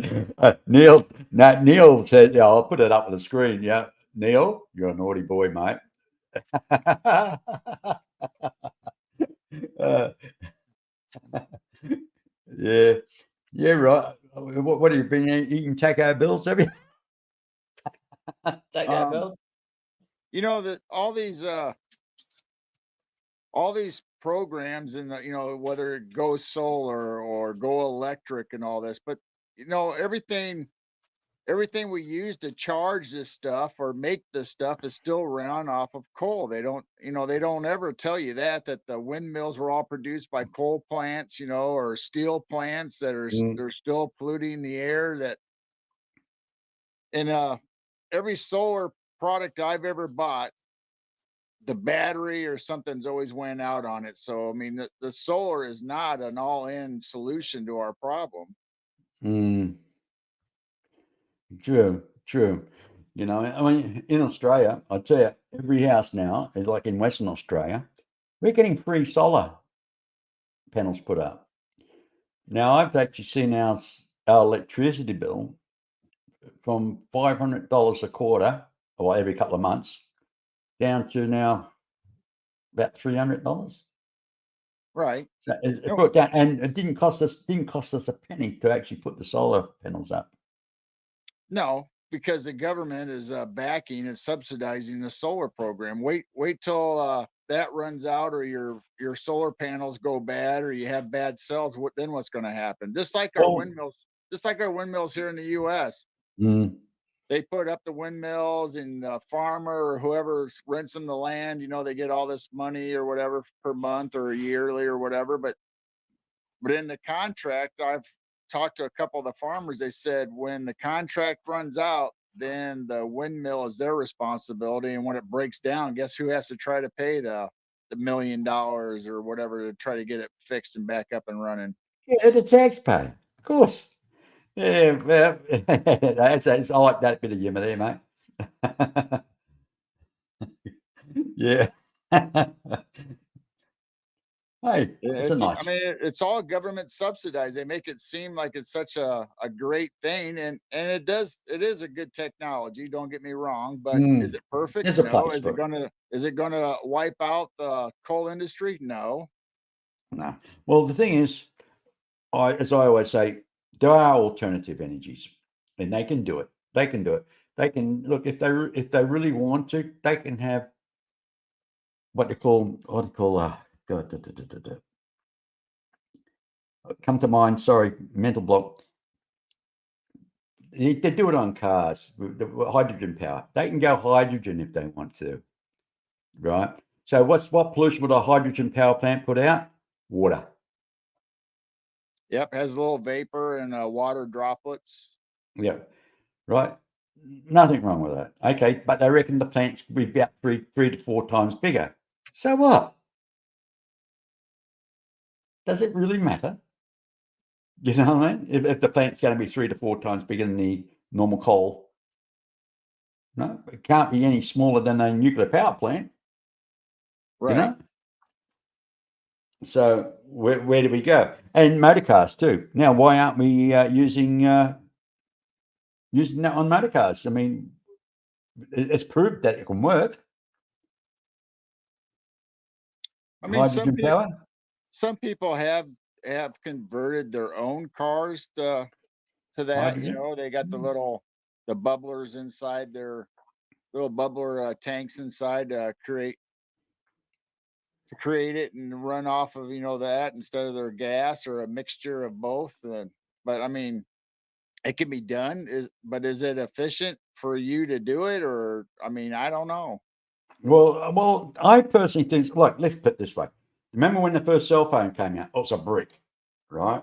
Right. Put it literally like that, And then it went down to a small phone, very tiny, with the Nokia. Do you remember the little flip phone, like you see on Yeah. Star Trek?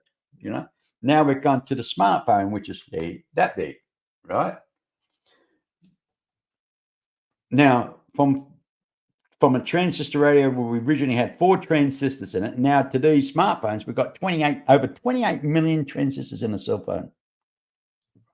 So over a period of say 15 or 20 years, we've gone from something like 100,000 transistors in a phone to 28 million, right? Technology moved forward and more compact. Now we can do everything: social media, movies, do whatever you want. Speak to the other person on the other side of the world and look at them video chat. Now, technology. Look, I know I'm going a bit kind of rock and roll here, but just bear with me for a moment. From the day of the Wright brothers, 66 years later, they put a man on the moon. Technology, I'm getting to the story where technology progressed to the point where we could do it in 66 years. Okay. My question is, when I was a kid, we used to play, right? Now, this gives you a little bit of food for thought, right? We used to play with what we call a crystal radio set. Right. Right? It's got a little crystal in the coils, right? And you have an alligator clip. You put it to the old metal frame, something, and a stick. You stick into the ground for earthing, and you put your little earphones on like this, right? And you can listen to the World News Service. Now, remember, it's only crystals. There's no batteries, no nothing. But yet, that could produce enough electricity to run up the cable that you can listen to what's being broadcast out of London, which is 15,000 kilometers away or whatever it is, right? To where I was a child living in Sydney, Australia, and I can listen to the British World News Service out of it. Right. Now, my question is, they can jump with progress on a cell phone, or put from a glider kind of thing to put a man on the moon, but they can't work on the technology of crystals, of communication, using no energy whatsoever, only using the natural ground waves.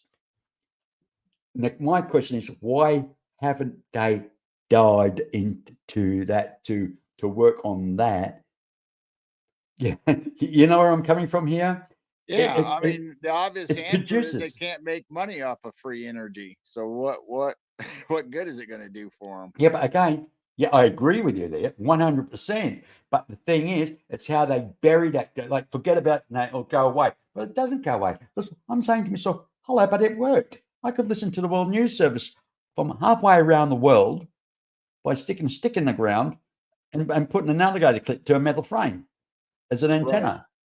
And I could listen to it. And it's sending electricity all the way up me. What's it? And okay, no matter how I look at it or whatever size, Now, if you've done something in a bigger version, I don't know, maybe using different minerals, like, for example, why don't you use the latest minerals, metals they've got to these semiconductors and shit they've got today yet, right? And using different technologies. Could they, and by using a resistor or some sort, they can actually build that energy up, that they can actually run something more efficiently, like a cake mixer or whatever. I mean, don't take me wrong. I mean, enough power to drive a TV set without actually Well, working on ground waves. they're using crystals and stuff and that technology and the quantum computers. I mean, they're playing with that. But as far as a big power source, I don't know how big of a mineral deposit would you need to run a house or a car. I think that's probably the problem. Yeah, well, look, it probably is too, but I also look at the point. What was the problem? Well, what was the problem when they first started with the first cell phone? And now we can just do Right. so much with it. You know what I mean? Just as I said before, since the Wright brothers, they had what they call cloth wings on their airplane, and it's basically made out of sticks. And then 66 years later, there's a man on the bloody moon. I mean, I'm sure they have the technology and they know about Oh, it, yeah. and they're probably using it behind the scenes and haven't released it yet because it hasn't become beneficial for them to do so yet. Yeah, that's true. Yeah. What's this? Somebody. Okay, I'm just going to show up a few things here. Da-da-da.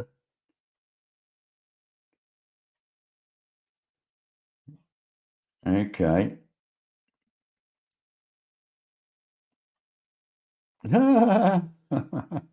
Oh,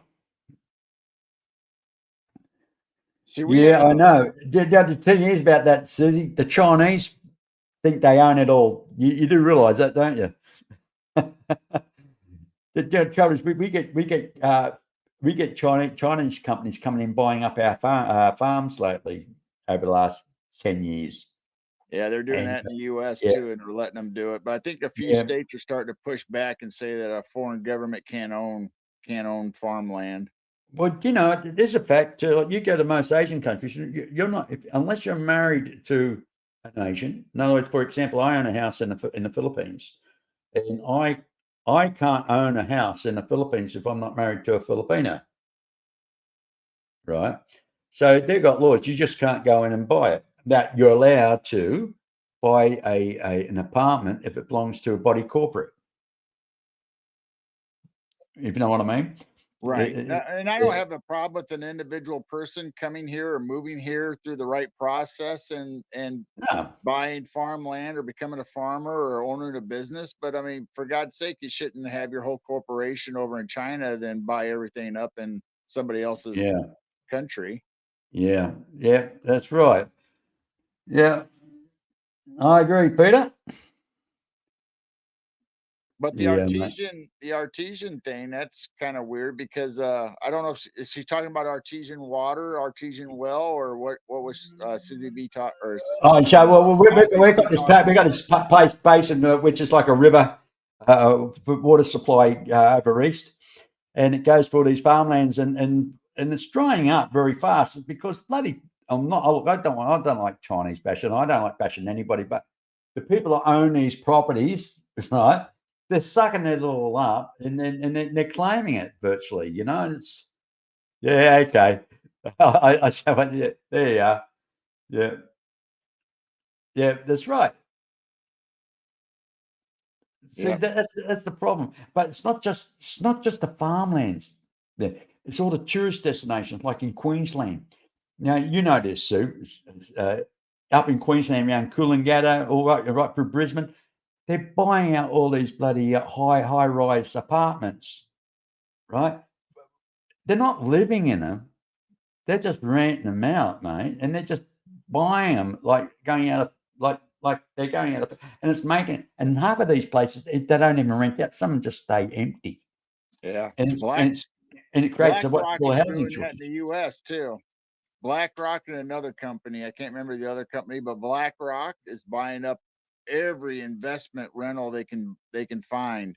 And they're doing the Yeah, same thing. They're not renting them out if they don't want to, and some of them they are renting out, but most of them are sitting empty. They're just buying up the properties so they're not available to anybody else. that's right. And put all that aside. Yeah, yeah. Here's one. Yes, yeah, in the Ann Islands of Queensland. And that's sad, it's sad. We're actually selling away our sovereignty, basically. If anything, what we need to do, and I don't know if you agree with me there, Aussie Sue, we need to break away from the British Commonwealth and become a republic, literally a republic, and start standing on our own 2 feet. Stop sending money to the Brits, because we actually paid to be part of the British Commonwealth, believe it or not. Yes, that's true. And because we're so multicultural, we shouldn't expect other people to pledge allegiance to Britain. That really has nothing to do with us. And the one thing that really pisses me off, when Britain originally joined the European Common Market, they turned their back on Australia and New Zealand, right? To be part of the be part of the European Common Market. It destroyed our wool industry and it sent New Zealand bankrupt.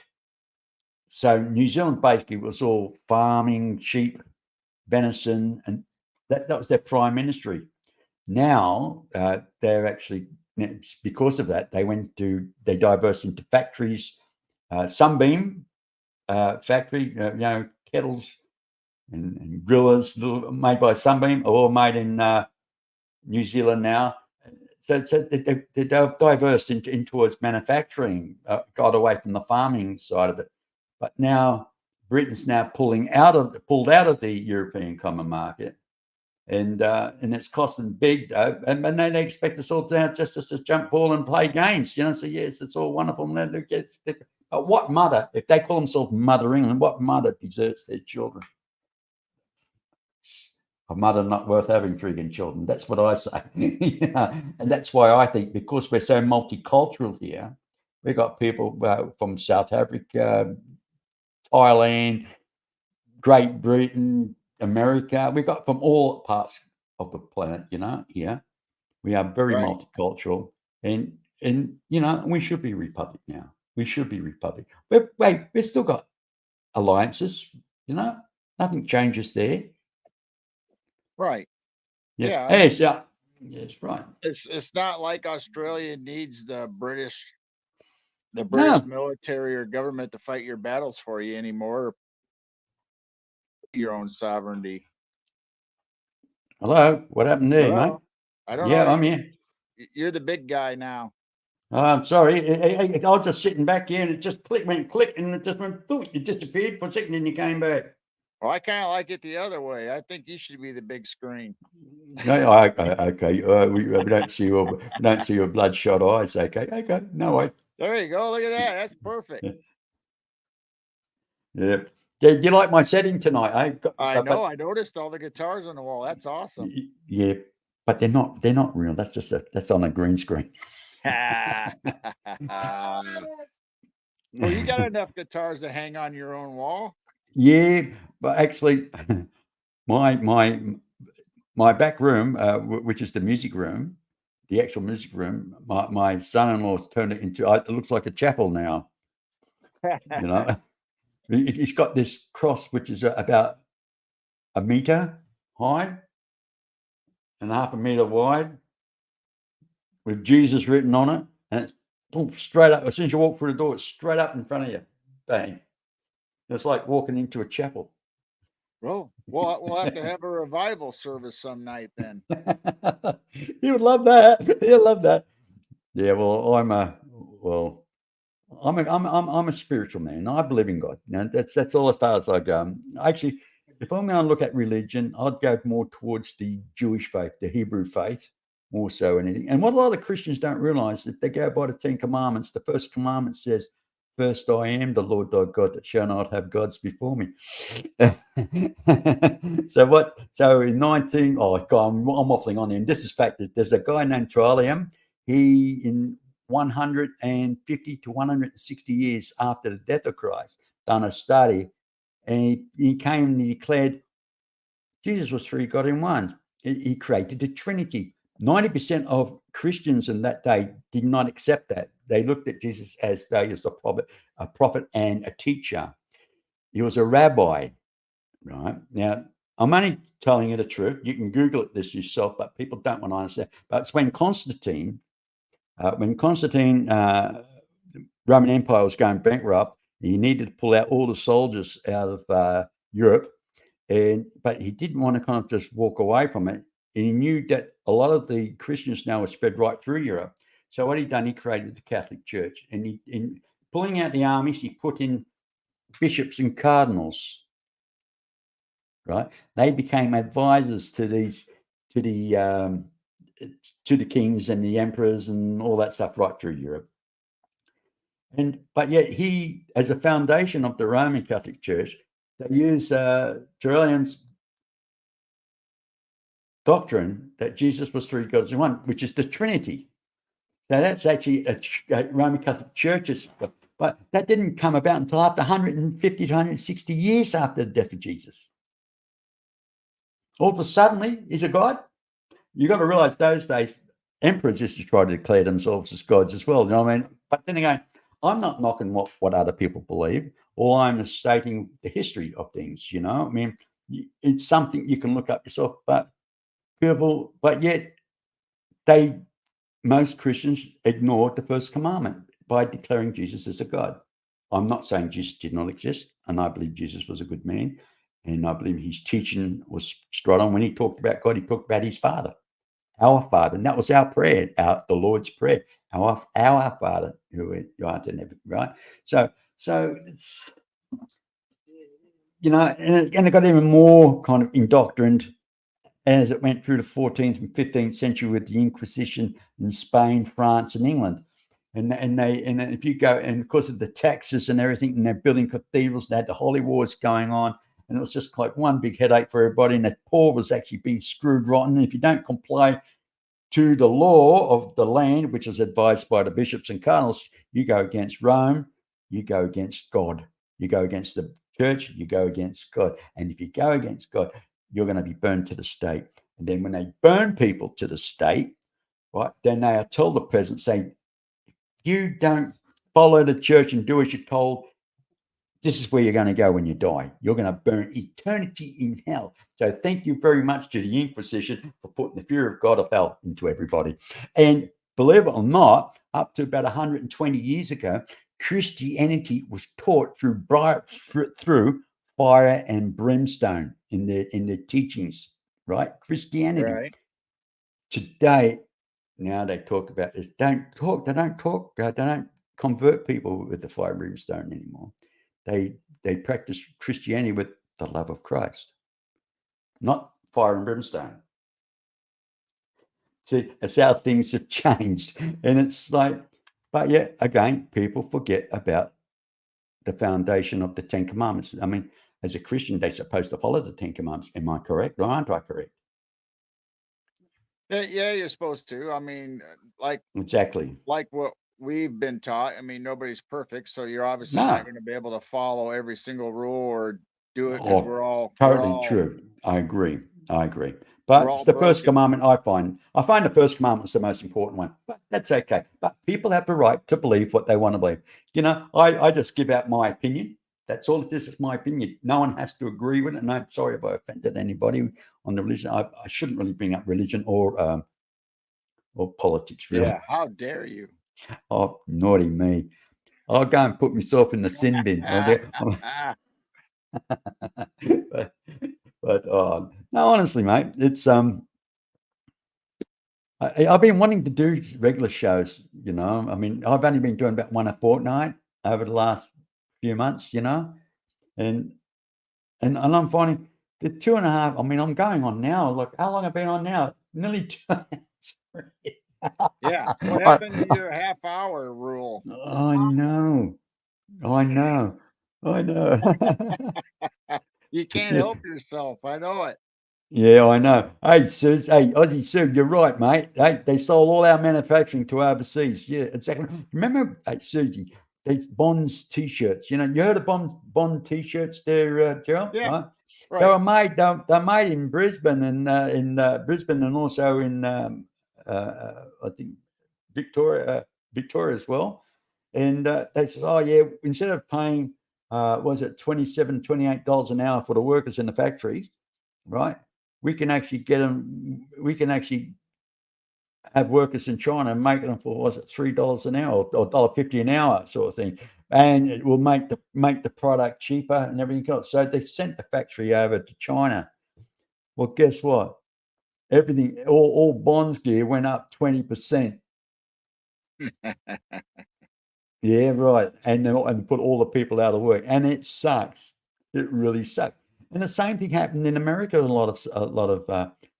But you hear what Mitsubishi's doing. They're pulling out their factory out of China, taking it back to Japan. Yeah. They took that's where I used to work, was Mitsubishi here in the US. The only factory in the US was Mitsubishi, and they closed it down. Yeah, and everything went to China. And I think it's time now. Look, I don't mind having stuff produced overseas, but not your enemies. You don't kind of build up their economy to throw it back in your face at a later date. You know what I mean? Or the possibility of them throwing it back in your face at a later date. During the Second World War, just before the Second World War, we had a Prime Minister in Australia called Bob Menzies. He used to sell iron to the Japanese by the millions of tons, and they end up giving it back to us in bullets and bloody bombs, right? And he ended up getting the nickname Pig Iron Bob. Yeah. But look what's happening now. I mean, Chinese government actually, they reckon their economy is collapsing, but yet the military's building. It's building big time. And you're not going to do something like that unless you've got something up your sleeve. There you've got some. They're up to no frigging good, mate. the They're up biggest to the biggest steel manufacturer in the world is from India. And he came over to the US in a local steel plant, just not even 15, 20 minutes from us was a really good producing steel plant and hired a lot of people from the area. Well, they sold the plant once to another company and they did pretty good. Well, then they sold it to this guy in India, this manufacturer, and he came over, ran it for a little while, then closed it up Yeah. because that's what he does. He goes around, buys up all of these investment companies and closes them up. So then guess what? He's still the number one source. And Yeah. He's got no competition now. yeah, Cut so the competition out. so that great factory that was pumping out good US steel is A lot of jobs. is down, and they tore it down now, and they let all the machinery and everything get molten steel hardened up in it instead of producing good American steel. Yeah. Yeah.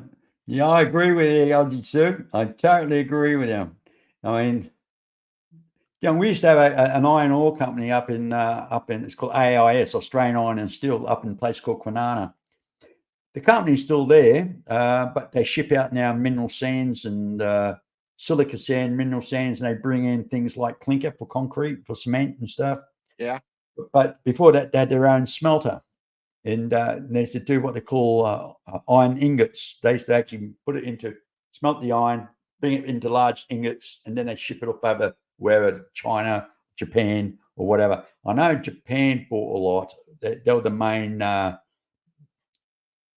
people that was to buy in. And what they were actually doing, they would buy it and they dump it off the coast. They actually built mountains out of this iron ingots off the coast in the ocean, and they just dredge it up when they need it. Yeah.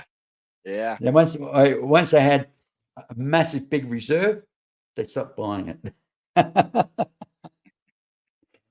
Buy more than what you need. At that time, the Japanese economy was really going because every Japanese car was made in Japan, right? Yeah. Nothing was for like manufactured overseas, from cameras to cars, everything. And I find that very funny too.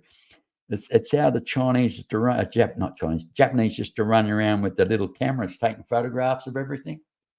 And all of a sudden, they've got these little Datsuns coming out that look like Mustangs, a small version of a Mustang. I don't even remember those days.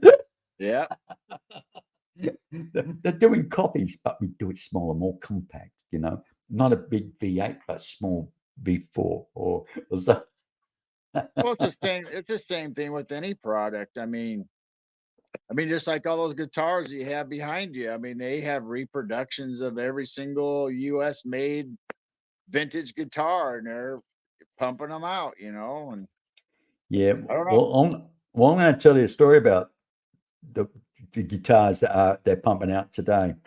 They look good. They're well manufactured, but the fretboards, something about them. Look, let's put it this way. I can get off a nice Gibson acoustic guitar. I can put my finger on it, and every note I hit on it is crystal clear. One of the guitars I have here, what's a cheap knockout? I put my fingers on it. If I press hard, it's crystal clear. If I want to play just normal, relax, just like da-da-da, put that. Right. It's got the. It's like it's a clunk noise rather than a crisp clear note. It's almost like a dead sound. Yeah, and it's because the threads are not high enough. They're too low, or they're cheap, and also too the keyboard, the actual fretboard should be a fraction wider. The string should be just a fraction wider apart. Because what happens when you're trying to hold down one, you're pressing down two strings. Are you with me? Yeah. And it's like, no, you can't push two strings down to make this particular chord. And that's where I don't think they're using that. They might be using the right material or the good material for the bodies, but the fretboard, I think they changed the wood and stuff. And I don't think they have the grains going the right way to resonate the sound or to help. Oh. I don't know. No, I bought a cheap acoustic guitar, and I'm a kid. I'm a pensioner. I can't afford a fortune on it. I do have a good guitar, though. I've got one of the best guitars I've got. It's an Ovation acoustic. That's with the black round back. they have a beautiful bass response on them, you know, and a beautiful, I call it key action, you know, on the Right. neck action on the actual guitar. But the others, mate, honestly, they're shit. Honest with it, they are. Well, They're crap. even the Ovation now is not the same company. They sold it to somebody else, and they're making Ovations, or they were. I don't know if they still are or not. I think they're actually. I think the Ovations now, if I remember rightly, don't quote me. I've got a funny. They're made in Indonesia now, and they're Yeah, doing what they call their cheap knockoffs of, was it $350, $400? Well, yeah. So they're my original Ovation Applause cost me nearly $3,000 when I bought mine. yeah. You need to get an older one if you want a good sounding one. That's right. And it's That's just like all exactly the right. other guitars. I mean, there is some nice guitars now, but you have to pay a lot of money to get that good wood. Yeah. And Oh, hey, you can't get a nice hummingbird, mate. Hey, beautiful tone to it, you know. You just gently run your fingers across the strings. Everything just comes out crystal clear, and it self amplifies itself beautifully on the right, acoustic. It just amplifies, and you can tell the difference totally, you know. yep, Oh, yeah. yeah. It's like buying Yeah. a Martin D model. I mean, you get those early Martins, and it's like, oh my gosh, it's such a beautiful sounding guitar. Oh, yeah. Actually, I want to. Do you mind if I put on just a little? Well, we won't stay too much longer. Just have a little bit of soft background music. Yeah, What do go you ahead. reckon? We'll get a bit of ukulele going. What do you reckon? All right.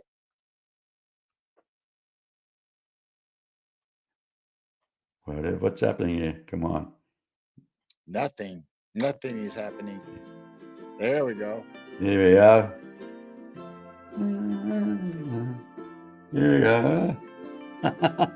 Feel like I'm in Polynesia right now. Oh, actually, I've actually been to the French Polynesian Islands many years ago. I went with some nurses from the hospital where I used to work at. And first of all, we went to the Solomon Islands. We actually rented an island for 2 weeks. Cheapest chips, mate. And then from there, I think, because we had about 6 weeks to leave, and we actually flew out and went to Tahiti. Oh, Tahiti.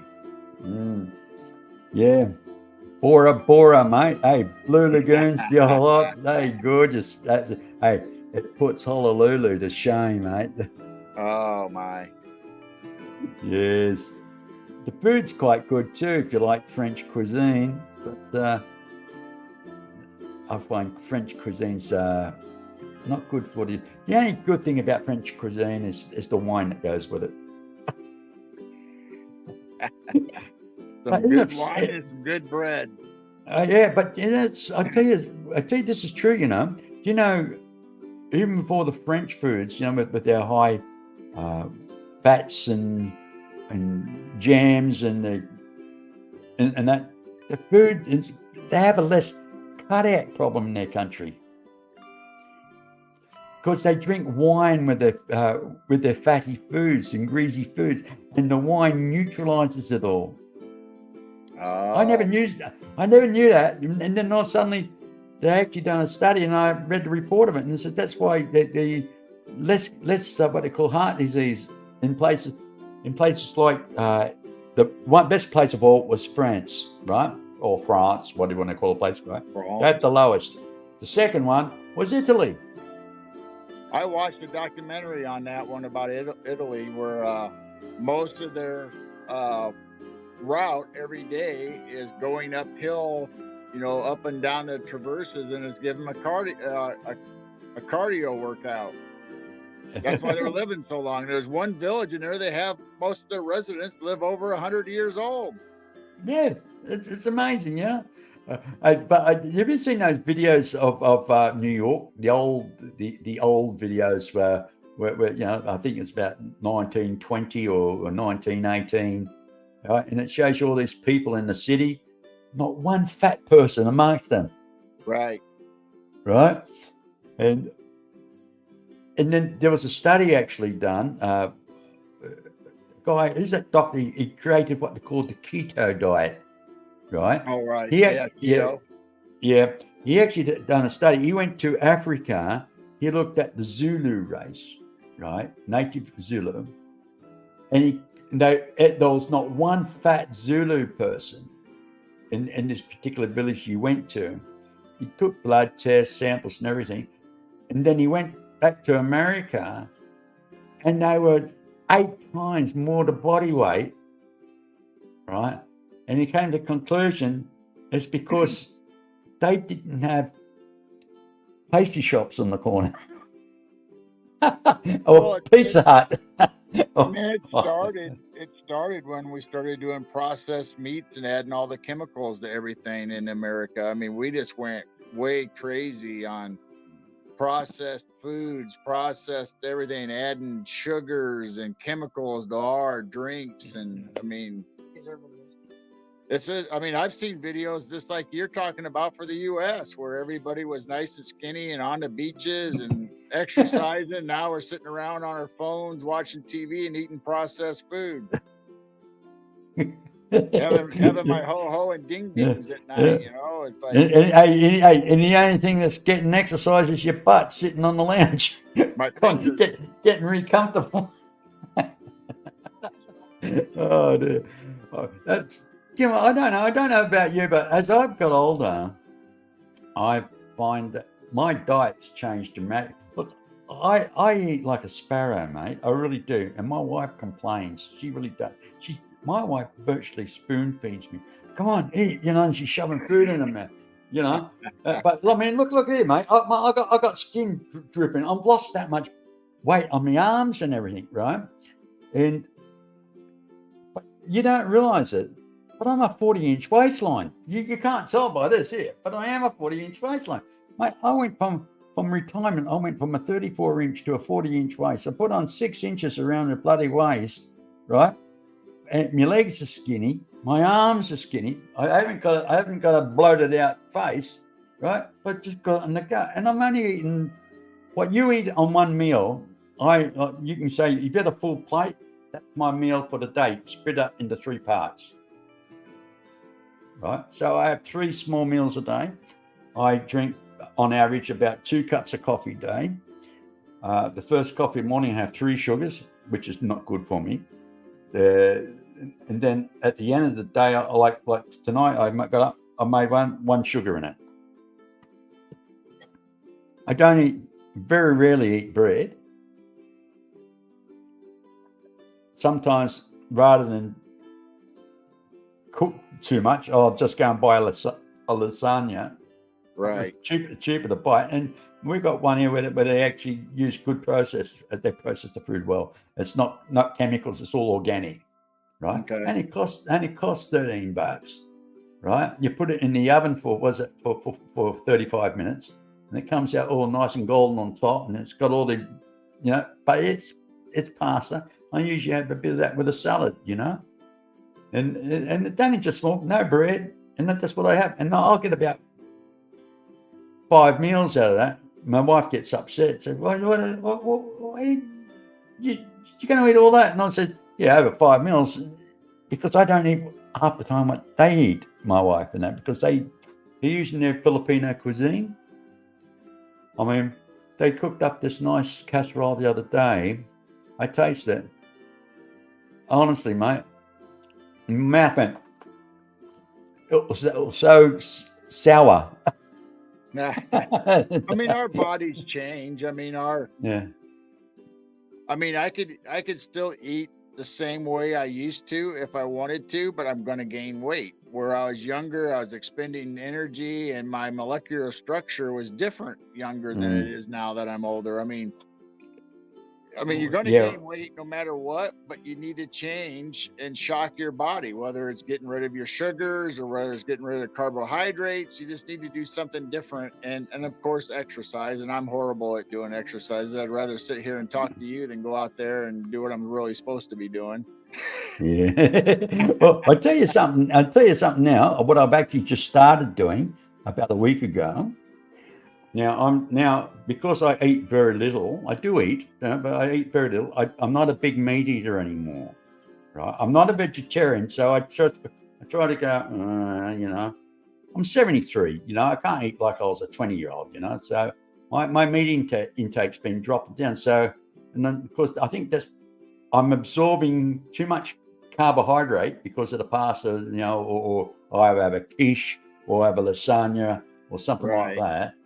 And of course, I'm getting it all around my waist. And I went and spoke to my good friend who is a chemist, and he says, come with me, Terry. And he took me to one of the shows. And he says, this is what I recommend. And apparently, he put me on this, what they call protein shakes, right? And he says, I recommend 2.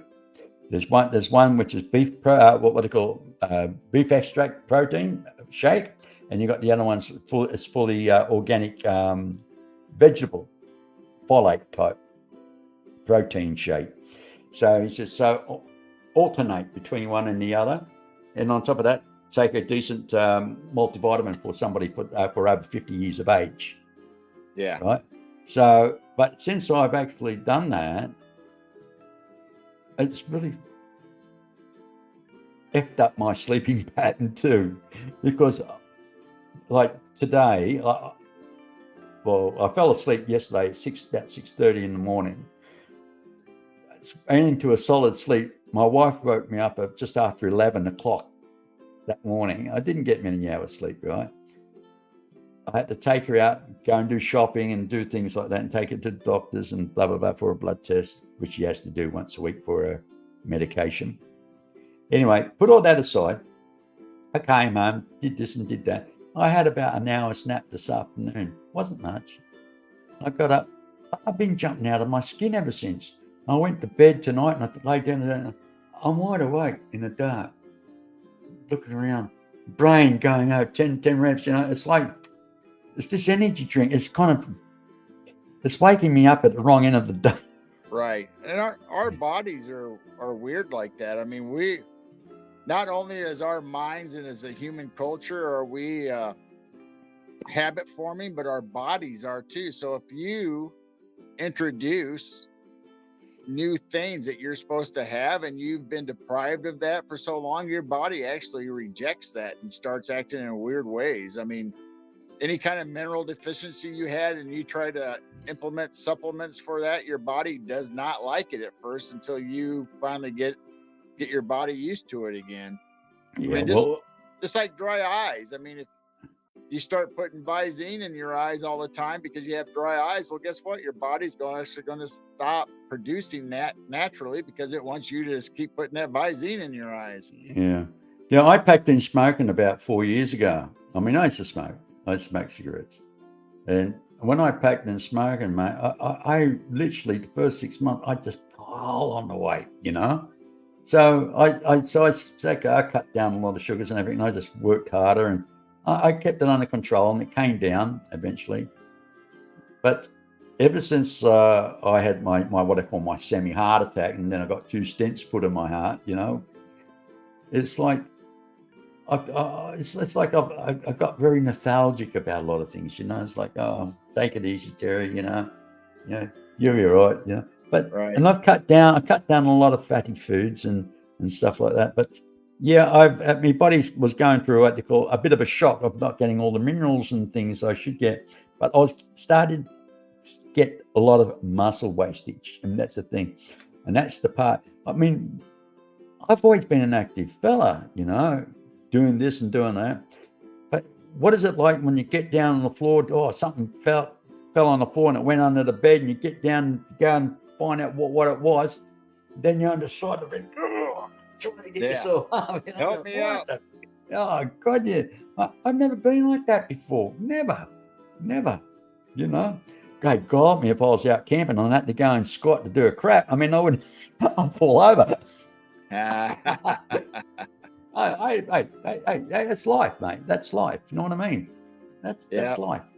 It's we don't stop and think. We just take things for bloody granted, mate. We really do take things for granted. And again, but let's see how all this is going to work out for me down the road with all these taking the protein shakes and everything else. So I've got a brand new rowing machine outside on the patio.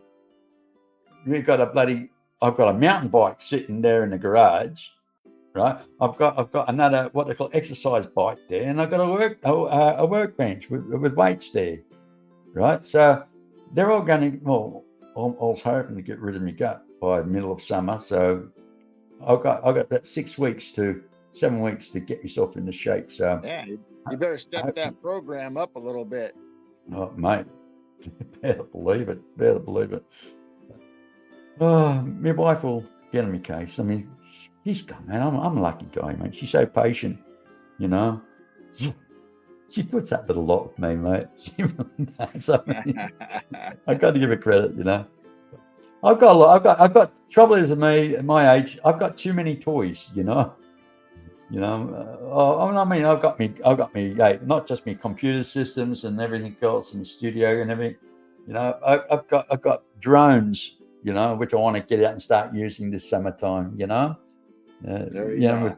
with 4K high resolution sort of thing, and I want to start doing some what they call vlogging while I'm out. You know, hey, here am I up the seafront, suckers, freeze your butts.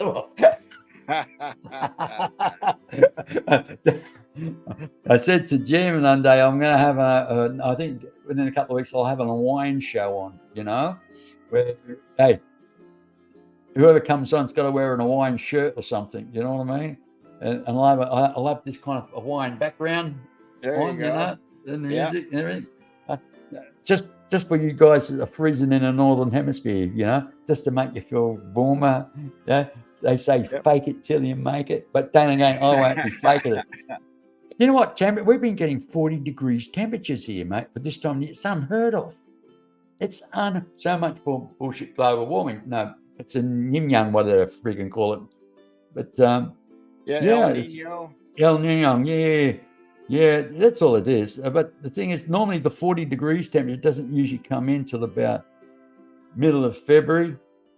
Yeah. February, March, and when March comes, it usually gets very sticky and hot. But that's when they have a lot of cyclones up north, and it creates a depression. And then it gets all humid here, and then all the bush flies come in. We call it March flies. The bush flies here, they're like the big bumblebee. Not bumblebee. They're like that's about the size of a bumblebee, right? And they're grey and black. They've got grey and like a, how can I put, a white grey and a dark grey rings on the back, on the butts. They're just a blowfly, bush fly, right? Right. They live on dead carcasses and an animal poo out in the bush. But when they start breeding around, when humidity starts in, they come in from the bush, and the bastards, mate, they bite. They're not letting you. You can actually feel them nipping you on your skin. Mongrels, little bastards, they are. Yeah, the winter here is supposed to be in the U.S. is supposed to be still getting a significant snow amount, but it's supposed to be a more milder winter as far as temperature wise. Right. So I mean the Gulf Stream, you know, in the Gulf isn't changing, it's staying up closer to the coastline, and the jet streams, you know, coming down from Canada isn't going to be piercing in as far as it normally does, and until we get a polar vortex out of nowhere and we get minus 30 degrees for whatever reason. But for the majority of the winter, it's supposed to be kind of a nicer ride this year. Yeah, I tell you something, mate. We've got to educate our followers here that not to be scared of the camera or even to get behind the microphone. They can come in and say hello. You know, I mean, I'll work on Aussie Sue there. If you're shy of the camera there, says you can always just use your microphone. You can just turn your camera off and just have an avatar and just talk. You don't have to be on screen. Yeah, that's right. Hey, it's just having a conversation. That's what this. Now, that everybody usually just turns the camera off when I want to pick their nose or toke on a bong. You know what I mean? Yep. Yep. No, I'm not saying you. No. But that's what they do. No. That's what they, if you want to. I know people that have good streams and they just smoke right on screen, whether they're smoking Oh, it yeah. long or not, or drinking, and they get good viewerships and get subscriptions from people because they want to see them get wasted on screen. I don't know what Yeah, that's all yeah. about, but it seems No, to it's work for because it's legal where they are. It's them. actually they've only just made what they call hemp. Was it they call it gummies? Hemp gummies made out of hemp. They just made it legal in Western Australia. But here's something that you'll find really surprising, though. In the ACT, that's the Australian Capital Territory. That's where our Parliament is, right, in Australia. That's the only state that actually legalised marijuana. Ah, So it's okay for the politicians to do it. there you go. Yeah, It's got to benefit. It's Like I not- said, it's got to benefit them, or they ain't gonna do it. Yep. No, that's just weed, right? They can do that in there. But here in Western Australia, you can actually buy what they call cannabis tablets. There's no THC in it. It's just got other enzymes in it, which is supposed to be something like about. No, Peter. I'm not in Mandurah. Where are you? Where are you located, buddy? Just want to see. Whereabouts? No, I'm not in Mandurah. I'm in a place called Rockingham.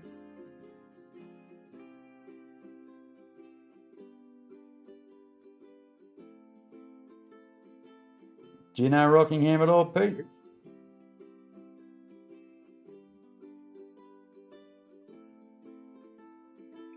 Anyway.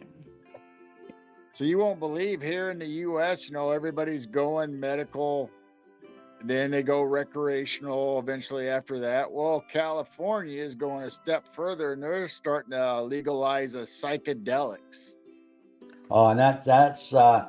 I mean, hey, and then they're going to drive like that? No. At least I know those that usually kind of on THC, they drive very slowly but very carefully, but they're very happy. But driving on psychedelics, you don't know if they think they're pulling into their driveway when they're actually pulling into somebody else's car. Yeah. Or somebody's house. Ah, no, yep. They're trying to get it passed through. It's going to be psychedelics are going to be legal in California to buy and use. Yeah. Hey, Pete, are you up near the entrance at all, or Byron Bay? Because I used to live in the entrance. Believe it or not, I was actually born in Sydney, Peter. I was actually born in Randwick. And then I was raised up in Waverley, on Macpherson Street, actually, Waverley. My local beach was Bronte Beach. So I know the north coast of New South very well. My old haunting grounds. Yeah, it's good to have fellow Aussies on here, mate. It really is, to be connected. The trouble is, no offense to Americans or Brits, apparently I find the biggest part of the social network is very, very much dominated by the US. And it's well, actually, I envy you guys because you have such a great network going on over there. It's like being a ufologist myself. We don't get the pleasures of having all the conferences you guys have. There's always a conference happening in the US. Somewhere. Yeah. No matter what the subject is, somebody's putting a conference on or... Yeah. It's great. And you usually have well-known personalities within the ufology, right? Now, the thing is, my good friend, Dave D, he's also an author. He's got a good book, couple of good books. He's on his second book at the moment. His book is called Torah Legacy. Anyway, Torah Legacy is the last book he brought out. Now he just went to Orlando for the big conference that just had there, for a couple of weeks, and it cost him over 10 grand, mate. Right. Just from Australia, because by the time you pay for the airfare, you're looking at a couple of grand easy, 3 grand or something like that for the airfare. And then you got hotel accommodation, and then you got to buy food and everything else associated. and then you got your gifts, and by the time you finish, spend a bloody fortune, you know. But Yeah. he did say he had a ball of a time. He met all his favourites, Alana Dana and who else was he? John Charles Moyen. So he's met them all, you know, and he was happy as a pig. And came back, told me all about his story, met some wonderful people. That's great. But I can't afford 10 grand to go and do things like that. This is the closest I get to. You know, if you want to chalk it up for a once in a lifetime experience and meet, like you said, meet your favorite authors or conspiracy theorists or whatever your conference is about, you know, then okay, you know, turn it into a vacation, you know. Yeah. Well, personally speaking, I would rather go and visit people like Jim Goodall, somebody I know, and to be able to and just make a personal hand-to-hand handshake and say, "How you going, mate?" and have a beer with him. You know what I mean? You can do that at a conference too. You can have one-on-one and go out to dinner Oh, yeah. and eat. And... Yeah, but look, I'll be honest with you. Half of these people, I mean, I know it. You got to be careful. I mean, I don't want to insult anybody, but it's an industry. You know what I mean? It's their job to shake hands, say hello, to meet and greet, and all that stuff. But at the end of the day, their heart's not where it should be. And even if they put a smile on your face, you know what I mean? They just want to say, "I've got to do it because it sells books," or it's da da da. Right. It's it's publicity for them. So you know. You can spend $14,000 and come to the Night Owl Lounge and sit here and be with us. Oh, I'm sure you can find a little space for me to set up a tent outside, mate. And tent outside. Hey, I'll put you in a room in the house. No, put me out in the tent because what I'll do, I'll run around in the backyard naked, going. Hey, and you can say, and he's a wildebeest. Some kind of new cryptid just showed up. Yeah. Sorry, you have to censor it. But what's that little thing there? Yeah, gotta laugh. Port Macquarie. Oh, okay, I know Port Macquarie. Yeah. Actually, look, no offense, but I found Port Macquarie quite a boring place. Sorry, mate, but yeah, I do know it quite well, and it's always good to have a fellow Aussie on. Somebody's laughing. Oh dear. I remember my son was actually born in Gosford Hospital, guys. I mean, that's to all the Aussies out there. Oh dear. Ritter's Dingley bits. Yeah, well, oh dear. Well, this turned out better than what I thought. Well, there you go. 2.5 hours of fun. And I'm still doing it. Yeah, I'm gonna quit in a little bit. An hour later. Yeah. Well, what I'll probably do, I'll be calling it quits too. And I thought really, I never thought it was going to be this bad myself. Believe it or not, it's 2.5 friggin' hours by myself. Yeah. Well, not necessarily all by. I could half of it by myself. Well, it was a couple half-hour segments on different subjects. That's all it was. Yeah. I enjoyed it, and I'm going to do it again too, you know. But hey, listen, all you guys out there listening, you all got me on Messenger. Look, send me a message. Let's talk about what you want to talk about, and I'll talk about it. That's a good idea. I'll do the research. If something you want to talk about, I'll read up on it. And if you want to talk about it, I can. But they have to come up and join on screen. Yeah, you can squeeze your pimples before you come on. No, they're not pimples. That's actually a scar, believe it or not. That's a scar. Okay. Yeah. I cover mine all up with fuzz. Oh, fuzz, yeah. I've got one under the chin here, right across there. Yeah. And I got one, where about this side, right in there. That was from my motorbike accident, actually. But I mean, if me and you can come on screen and show our ugly mugs, and anybody out there can come on with us and talk. And don't worry about what you look like. Just come on and tell us what you got to say. Okay, hey, Freaky Geek, what time is it where you are right now?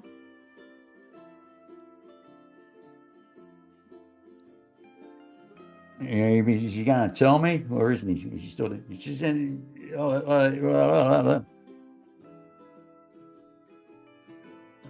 had to work in the hospitals in Sydney. Okay. Wouldn't it be the Prince of Wales?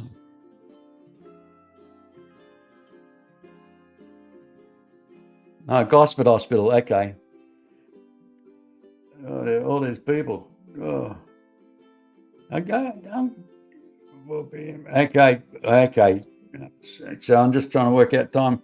I usually do my shows on a Sunday at 11 o'clock in the morning, and that's a Saturday your turn time, and I think in this, I think For South Coast me, is for about Central Time, it turns out to be it was 10 p.m. till we went to daylight savings time. Now it's 9 p.m. Central on Saturday for us, right. for Central Time in the U.S. Yeah, and West, what's it? New York time? It's what's that? 2 hours difference. It'll be be an hour difference now. 4:37 p.m. in the afternoon right now. Right. For us, I'm at 3:37 p.m. in the afternoon. They'd be 4:37. Then you go the opposite way when you go to the other coast. Right.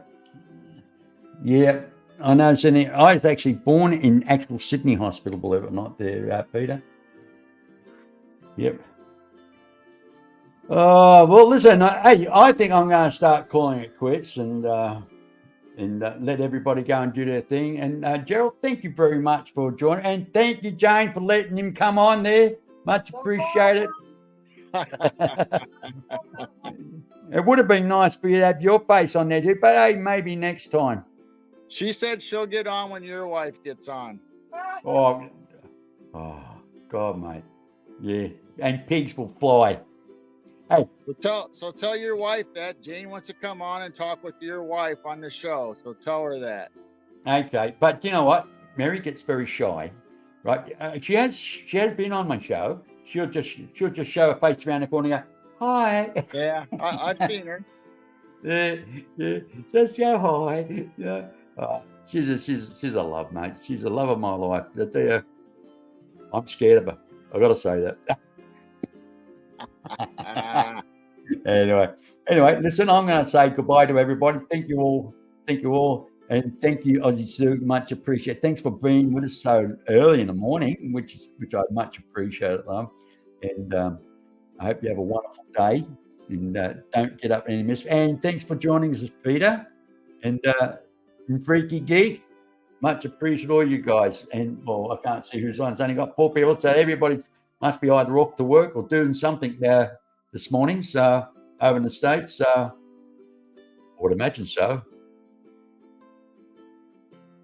She's staying up. Have a great day. Okay, you have a wonderful day, Sue. All right.